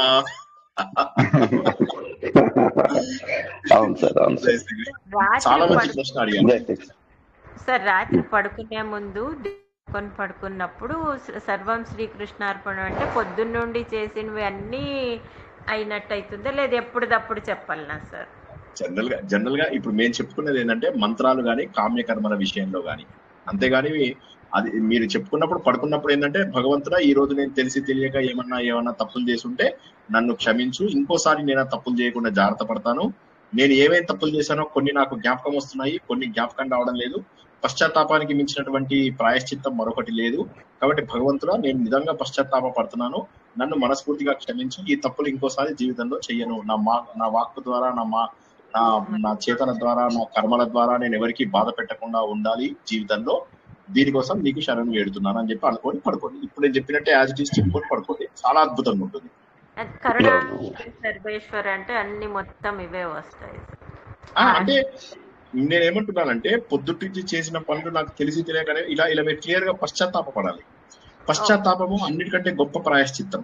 పశ్చాత్తాప పడడం అనేది గొప్ప ప్రాయశ్చిత్తం. రోజు మొత్తంలో పడుకునే 5 నిమిషాల ముందు మనం ఏం తప్పులు చేశామని చెప్పి కనుక ఆలోచించినట్లయితే అప్పుడు మనకి ఎన్నో కొన్నైనా తెలుస్తాయి కదా, అయ్యయ్యో ఇది నేను చేయకుండా ఉండాల్సింది, బై మిస్టేక్ చేశాను అని చెప్పేసి అనుకుంటే సరిపోతుంది. జై శ్రీకృష్ణ. సార్ ఇందాక రాసలీల చెప్పేటప్పుడు భగవదానుభవం ప్రతి వాళ్ళు ఇండివిజువల్ గా చెందటము. సో దానికి చిన్న నవ్వుగా సరదాజం. ఇప్పుడు ఒక అల్లు అర్జున్ సినిమాలో ఒక హీరోయిన్ వెంబడి పడి యూ ఫీల్ మై లవ్ అంటాడు. And he has made it to make feel her. So like that భగవంతుడిని కూడా మనం అలా గట్టిగా పట్టుకోవాలి. Super sir. అయితే అన్ని బాగున్నాయి కానీ మీరు చెప్పినంత ఒకటి బాగాలేదు, ఆ సినిమా పేరు కూడా చెప్పాలి, లేకపోతే ఇప్పుడు ఇక్కడ మేము యాక్సెప్ట్ చేయం. బన్నీ అనండి, అది ఏంటో నాకు గుర్తులేదు. ఆర్య ఆర్య ఆర్య మీరు అదే అంటారు. సినిమాల్లో నాకు ఇక పోటీ పడదు. ఇప్పుడు ఇక్కడ ఉన్న 100 మంది ఒక సైడ్ నేనే గెలుస్తా. అదే అదే అదే ఆర్య. మా అబ్బాయి చెప్తున్నాడు ఆర్య అని. అదే నేను చెప్పేసాను ఆల్రెడీ. నాగలక్ష్మి గారు కూడా చెప్పినట్టున్నారు. నాగలక్ష్మి గారు కూడా చెప్పారు. చెప్తారు సార్, అవేమో మేము చూడము. చూడలేదా? అయ్యో. ఓకే, జై శ్రీకృష్ణ. మహాలక్ష్మి గారు ఏదో చెప్పారు, సారీ చెప్పండి. జై శ్రీకృష్ణ సార్. ఇప్పుడు వచ్చింది కాబట్టి చెప్తున్నాను. 16 ఉపచారాలు కూడా ఎలా చెయ్యాలి, దాని తాలూకు అర్థం ఏంటనేది ఒకసారి ఎప్పుడైనా, అంటే ఇలా కాకుండా బణద్వీప వర్ణన ఇవి ఉన్నాయి కదా సార్, అందులో అయితే ఎక్కువ మందిగా ఉన్నారు కదా, ప్రతి వాళ్ళకి చేస్తారు. కానీ దాని తాలూకు ఎందుకు చేస్తాం, దానివల్ల మనం ఎలా ఉండాలి, అలా చేస్తూ చేస్తూ చేస్తూ అలా ఒక్కటి ఉపచారాలు మాత్రమే కాకుండా 16 ఉపచారాలు మళ్ళా అంగన్యాస కరన్యాసాలు ఇవి మాత్రం గ్యారంటీగా ఒక రోజు నేను టైం పెట్టుకుని తప్పకుండా నేర్పిస్తా. 100,000% నేర్పిస్తా. అంగన్యాస కరన్యాసాలు, ముఖ్యమైనటువంటి కొన్ని ముద్రాలు, తర్వాత 16 అంగన్యాసాలు కరన్యాసాలు ఎన్నికే అవుతుంది. అది 1 year దాదాపు. ఈసారి గ్యారంటీ మనకు కార్తీక మాసం అయ్యే లోపల ఒక రోజు కార్తీక మాసం ఎట్లాగో చెప్పుకుంటాం కదా ప్రశస్తి, ఆ కార్తీక మాస ప్రశస్తి చెప్పుకున్న రోజు అన్ని చెప్పుకుందాం. సరేనా? అందుకే సార్ అందరూ లేడీస్ చేస్తారు పూజ, కానీ ఎందుకు చేస్తారో తెలియదు. ఇదేంటి మనం భావించుకుంటాం, అమ్మవారు వచ్చారు, స్నానం చేసాం అంటే కొంచెంగా తెలిసిన వాళ్ళకి తెలుస్తుంది, అమ్మవారు వచ్చారు, నా ఎదురు కూర్చున్నారు, స్నానం చేశాను, ఇలాగా గంగా స్నానం చేశాను, ఒక కొత్త వస్త్రం ఇచ్చారంటే అంటే చేస్తున్న అంటే అలా చేస్తున్న వాళ్ళకి తెలిసిపోద్ది. ఇంకా స్టార్టింగ్ లో ఇంకా అలా కొంచెం ఉన్న వాళ్ళకి ఏంటి ఇదంతా, అసలు నాకు కూడా చాలా రోజులు అనిపించింది ఏంటి ఇదంతా ఇలాగా అని. అలా ఆలోచించి సెల్లలన్నీ తిరిగేసి ఆహా ఇలాగా ఉంటుందా, అది మీ నెట్ ద్వారా విన్నాం అనుకోండి సార్, ఇంకా లోపలిగా వెళ్తుంది కదా. గ్యారంటీ 20వ తారీఖు, వచ్చే నెల 20వ తారీఖు లోపల తప్పకుండా చెప్తాను. కార్తీక మాసంది ప్రత్యేక సెషన్ ఉంటుంది, అది నేను ఎప్పుడు అనేది చెప్తాను. ఈ వారంలోనే కొత్త సెషన్ అదొకటి ఉంటుంది. కార్తీక మాసం యొక్క ముఖ్యమైన ఇది కార్తీక దామోదరుడు ఎవరు, ఎందుకు విష్ణుమూర్తి శివుడి యొక్క ఇది ఇంపార్టెంట్, ఈ నెల మొత్తం చెప్తాం. అంటే ఇందులో మీరు కార్తీక పురాణంలో ఒక ఊర్లో ఒక శెట్టి ఉన్నాడు, ఆయన తప్పు చేశాడు, ఒక ఊర్లో ఒక బ్రాహ్మడు ఉన్నాడు, బ్రాహ్మడి వైఫ్ మంచిది కాదు, ఇట్లాంటి కథలు చెప్పను నేను. చెప్పకుండా మీ కార్తీక పురాణంలో ముఖ్య విశేషాలు మాత్రం తప్పగా చెప్తాను ఒక రోజు. జై శ్రీకృష్ణ. అది చెప్పిన రోజే అంగన్యాస కరన్యాసాలు, షోడశోపచారాలు, ముఖ్యమైన కొన్ని ముద్రలు, మంత్రం యొక్క మహిమ, ఇవి కూడా చెప్తాను. మంత్రాల మహిమ. జై శ్రీకృష్ణ. దీపారాధన గురించి కూడా చెప్పండి సార్, దాని విశిష్టత కూడా చెప్పండి. శ్రీనివాస్ జీ నమస్తే. పెద్దన్న నర్సరావుపేట. నమస్తే సార్, బాగున్నారా? బాగున్నాను సార్. జోహారు, మీ ఓపికకి జోహారు. చాలా బాగా, మొన్న నేను మీ క్లాస్ అటెండ్ అయ్యాను. I really like the session, చాలా నచ్చింది. సంతోషం సార్. జై శ్రీకృష్ణ స్వామి. జై శ్రీకృష్ణ. ధ్యాన క్లాసెస్ కూడా చెప్పండి సార్, మాకు తెలియదు, కొత్తగా జాయిన్ అయిన వాళ్ళం. ఏంటమ్మా, ఏమన్నావమ్మా? నాకు వినిపించలేదు. ధ్యానం క్లాసెస్ చాలా అయ్యాయి మనకు, అయినా కూడా ఒకటి తప్పకుండా ధారణ సెషన్ ఒకటి జాయిన్ అయ్యాం సార్, మాకు తెలీదు అందుకు. అలాగే షూర్. Okay sir. ఈ నెలలో మాక్సిమం చేద్దాం, ఈ నెలలోనే వీలైనంత వరకు అది చేసే ప్రయత్నం చేద్దాము. ఓకేనా? 5వ తారీఖు దాకా కొద్దిగా మాది ఆర్ఎస్ఎస్వి ప్రోగ్రామ్స్ ఉన్నవి. 5వ తారీఖు అయిపోయాక 6వ తారీఖు కానీ 7వ తారీఖు కానీ పెట్టుకుందాం. సరేనా? ఈ 26కి తర్వాత 5కి నావి ప్రోగ్రామ్స్ ఉన్నాయి, అవి అయిపోయాక తప్పక నేను ఫ్రీ అయిపోతాను. సరే స్వామి. ఇంకా ఎవరికైనా ప్రశ్నలు ఉన్నాయా? వండర్ఫుల్, చాలా చక్కగా విన్నారు. ఇవాళది మళ్ళీ ఒకసారి చెప్తున్నాను, జీవితం చేంజ్ అయ్యేటటువంటి లెసన్ విన్నారు ఇవాళ.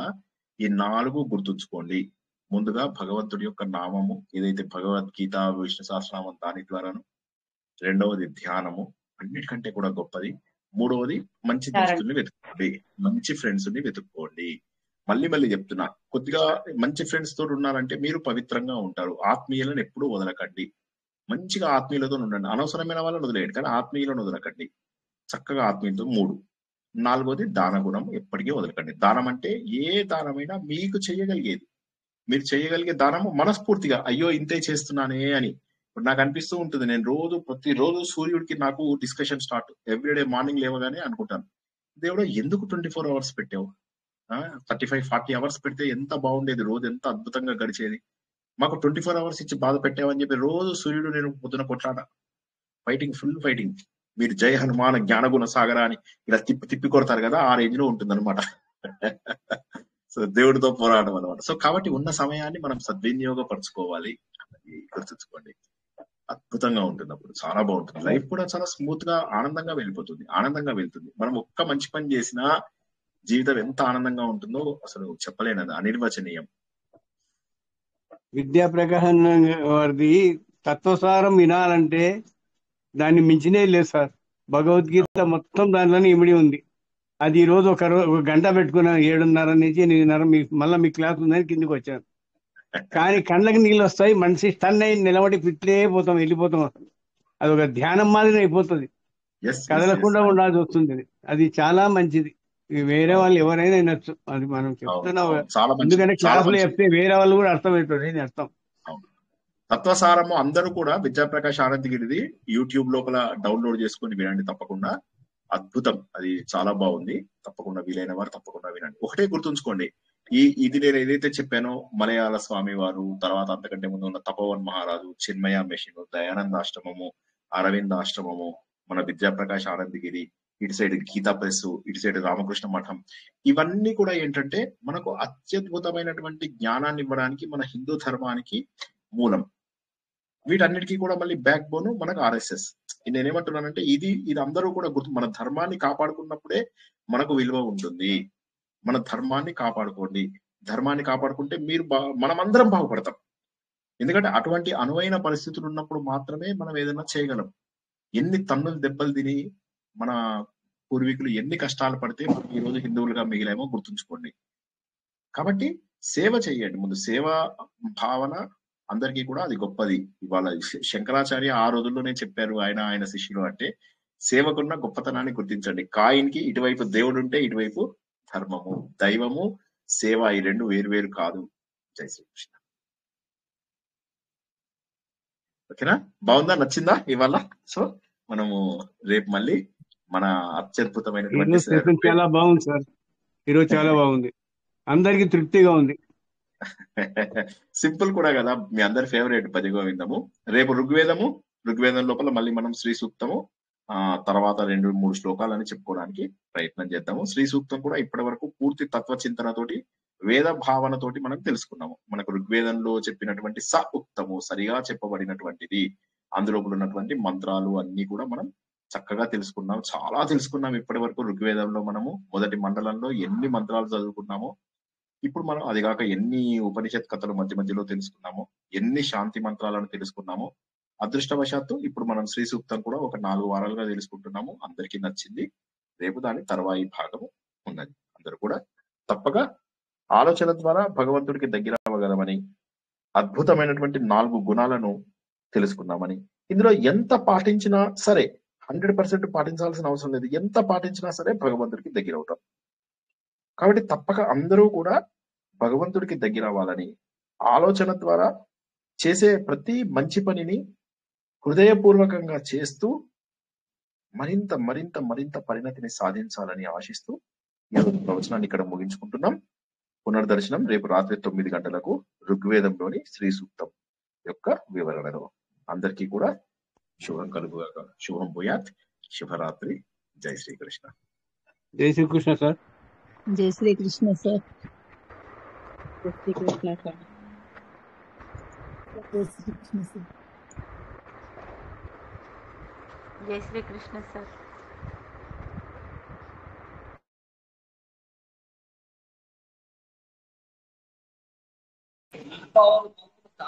నాగలక్ష్మి గారు,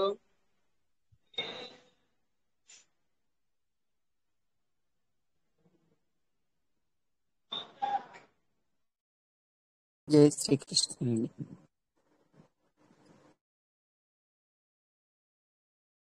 నమస్తే సార్. పెద్దన్న కొత్త గారు ఏం ప్రవచనం చెప్పారు సార్?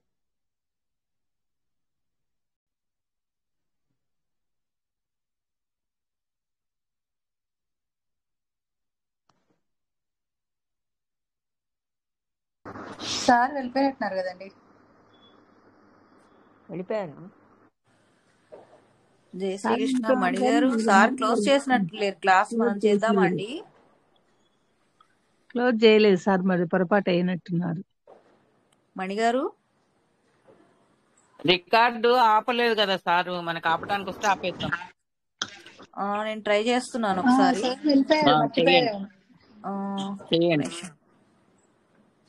నేను ఎండ్ చేస్తున్నాను. అడ్మిన్ ఉన్నాక ఎండ్ చేస్తున్నానండి. చెయ్యండి. నేను అదే ట్రై చేయబోతున్నాను. ఓకే చెయ్యండి.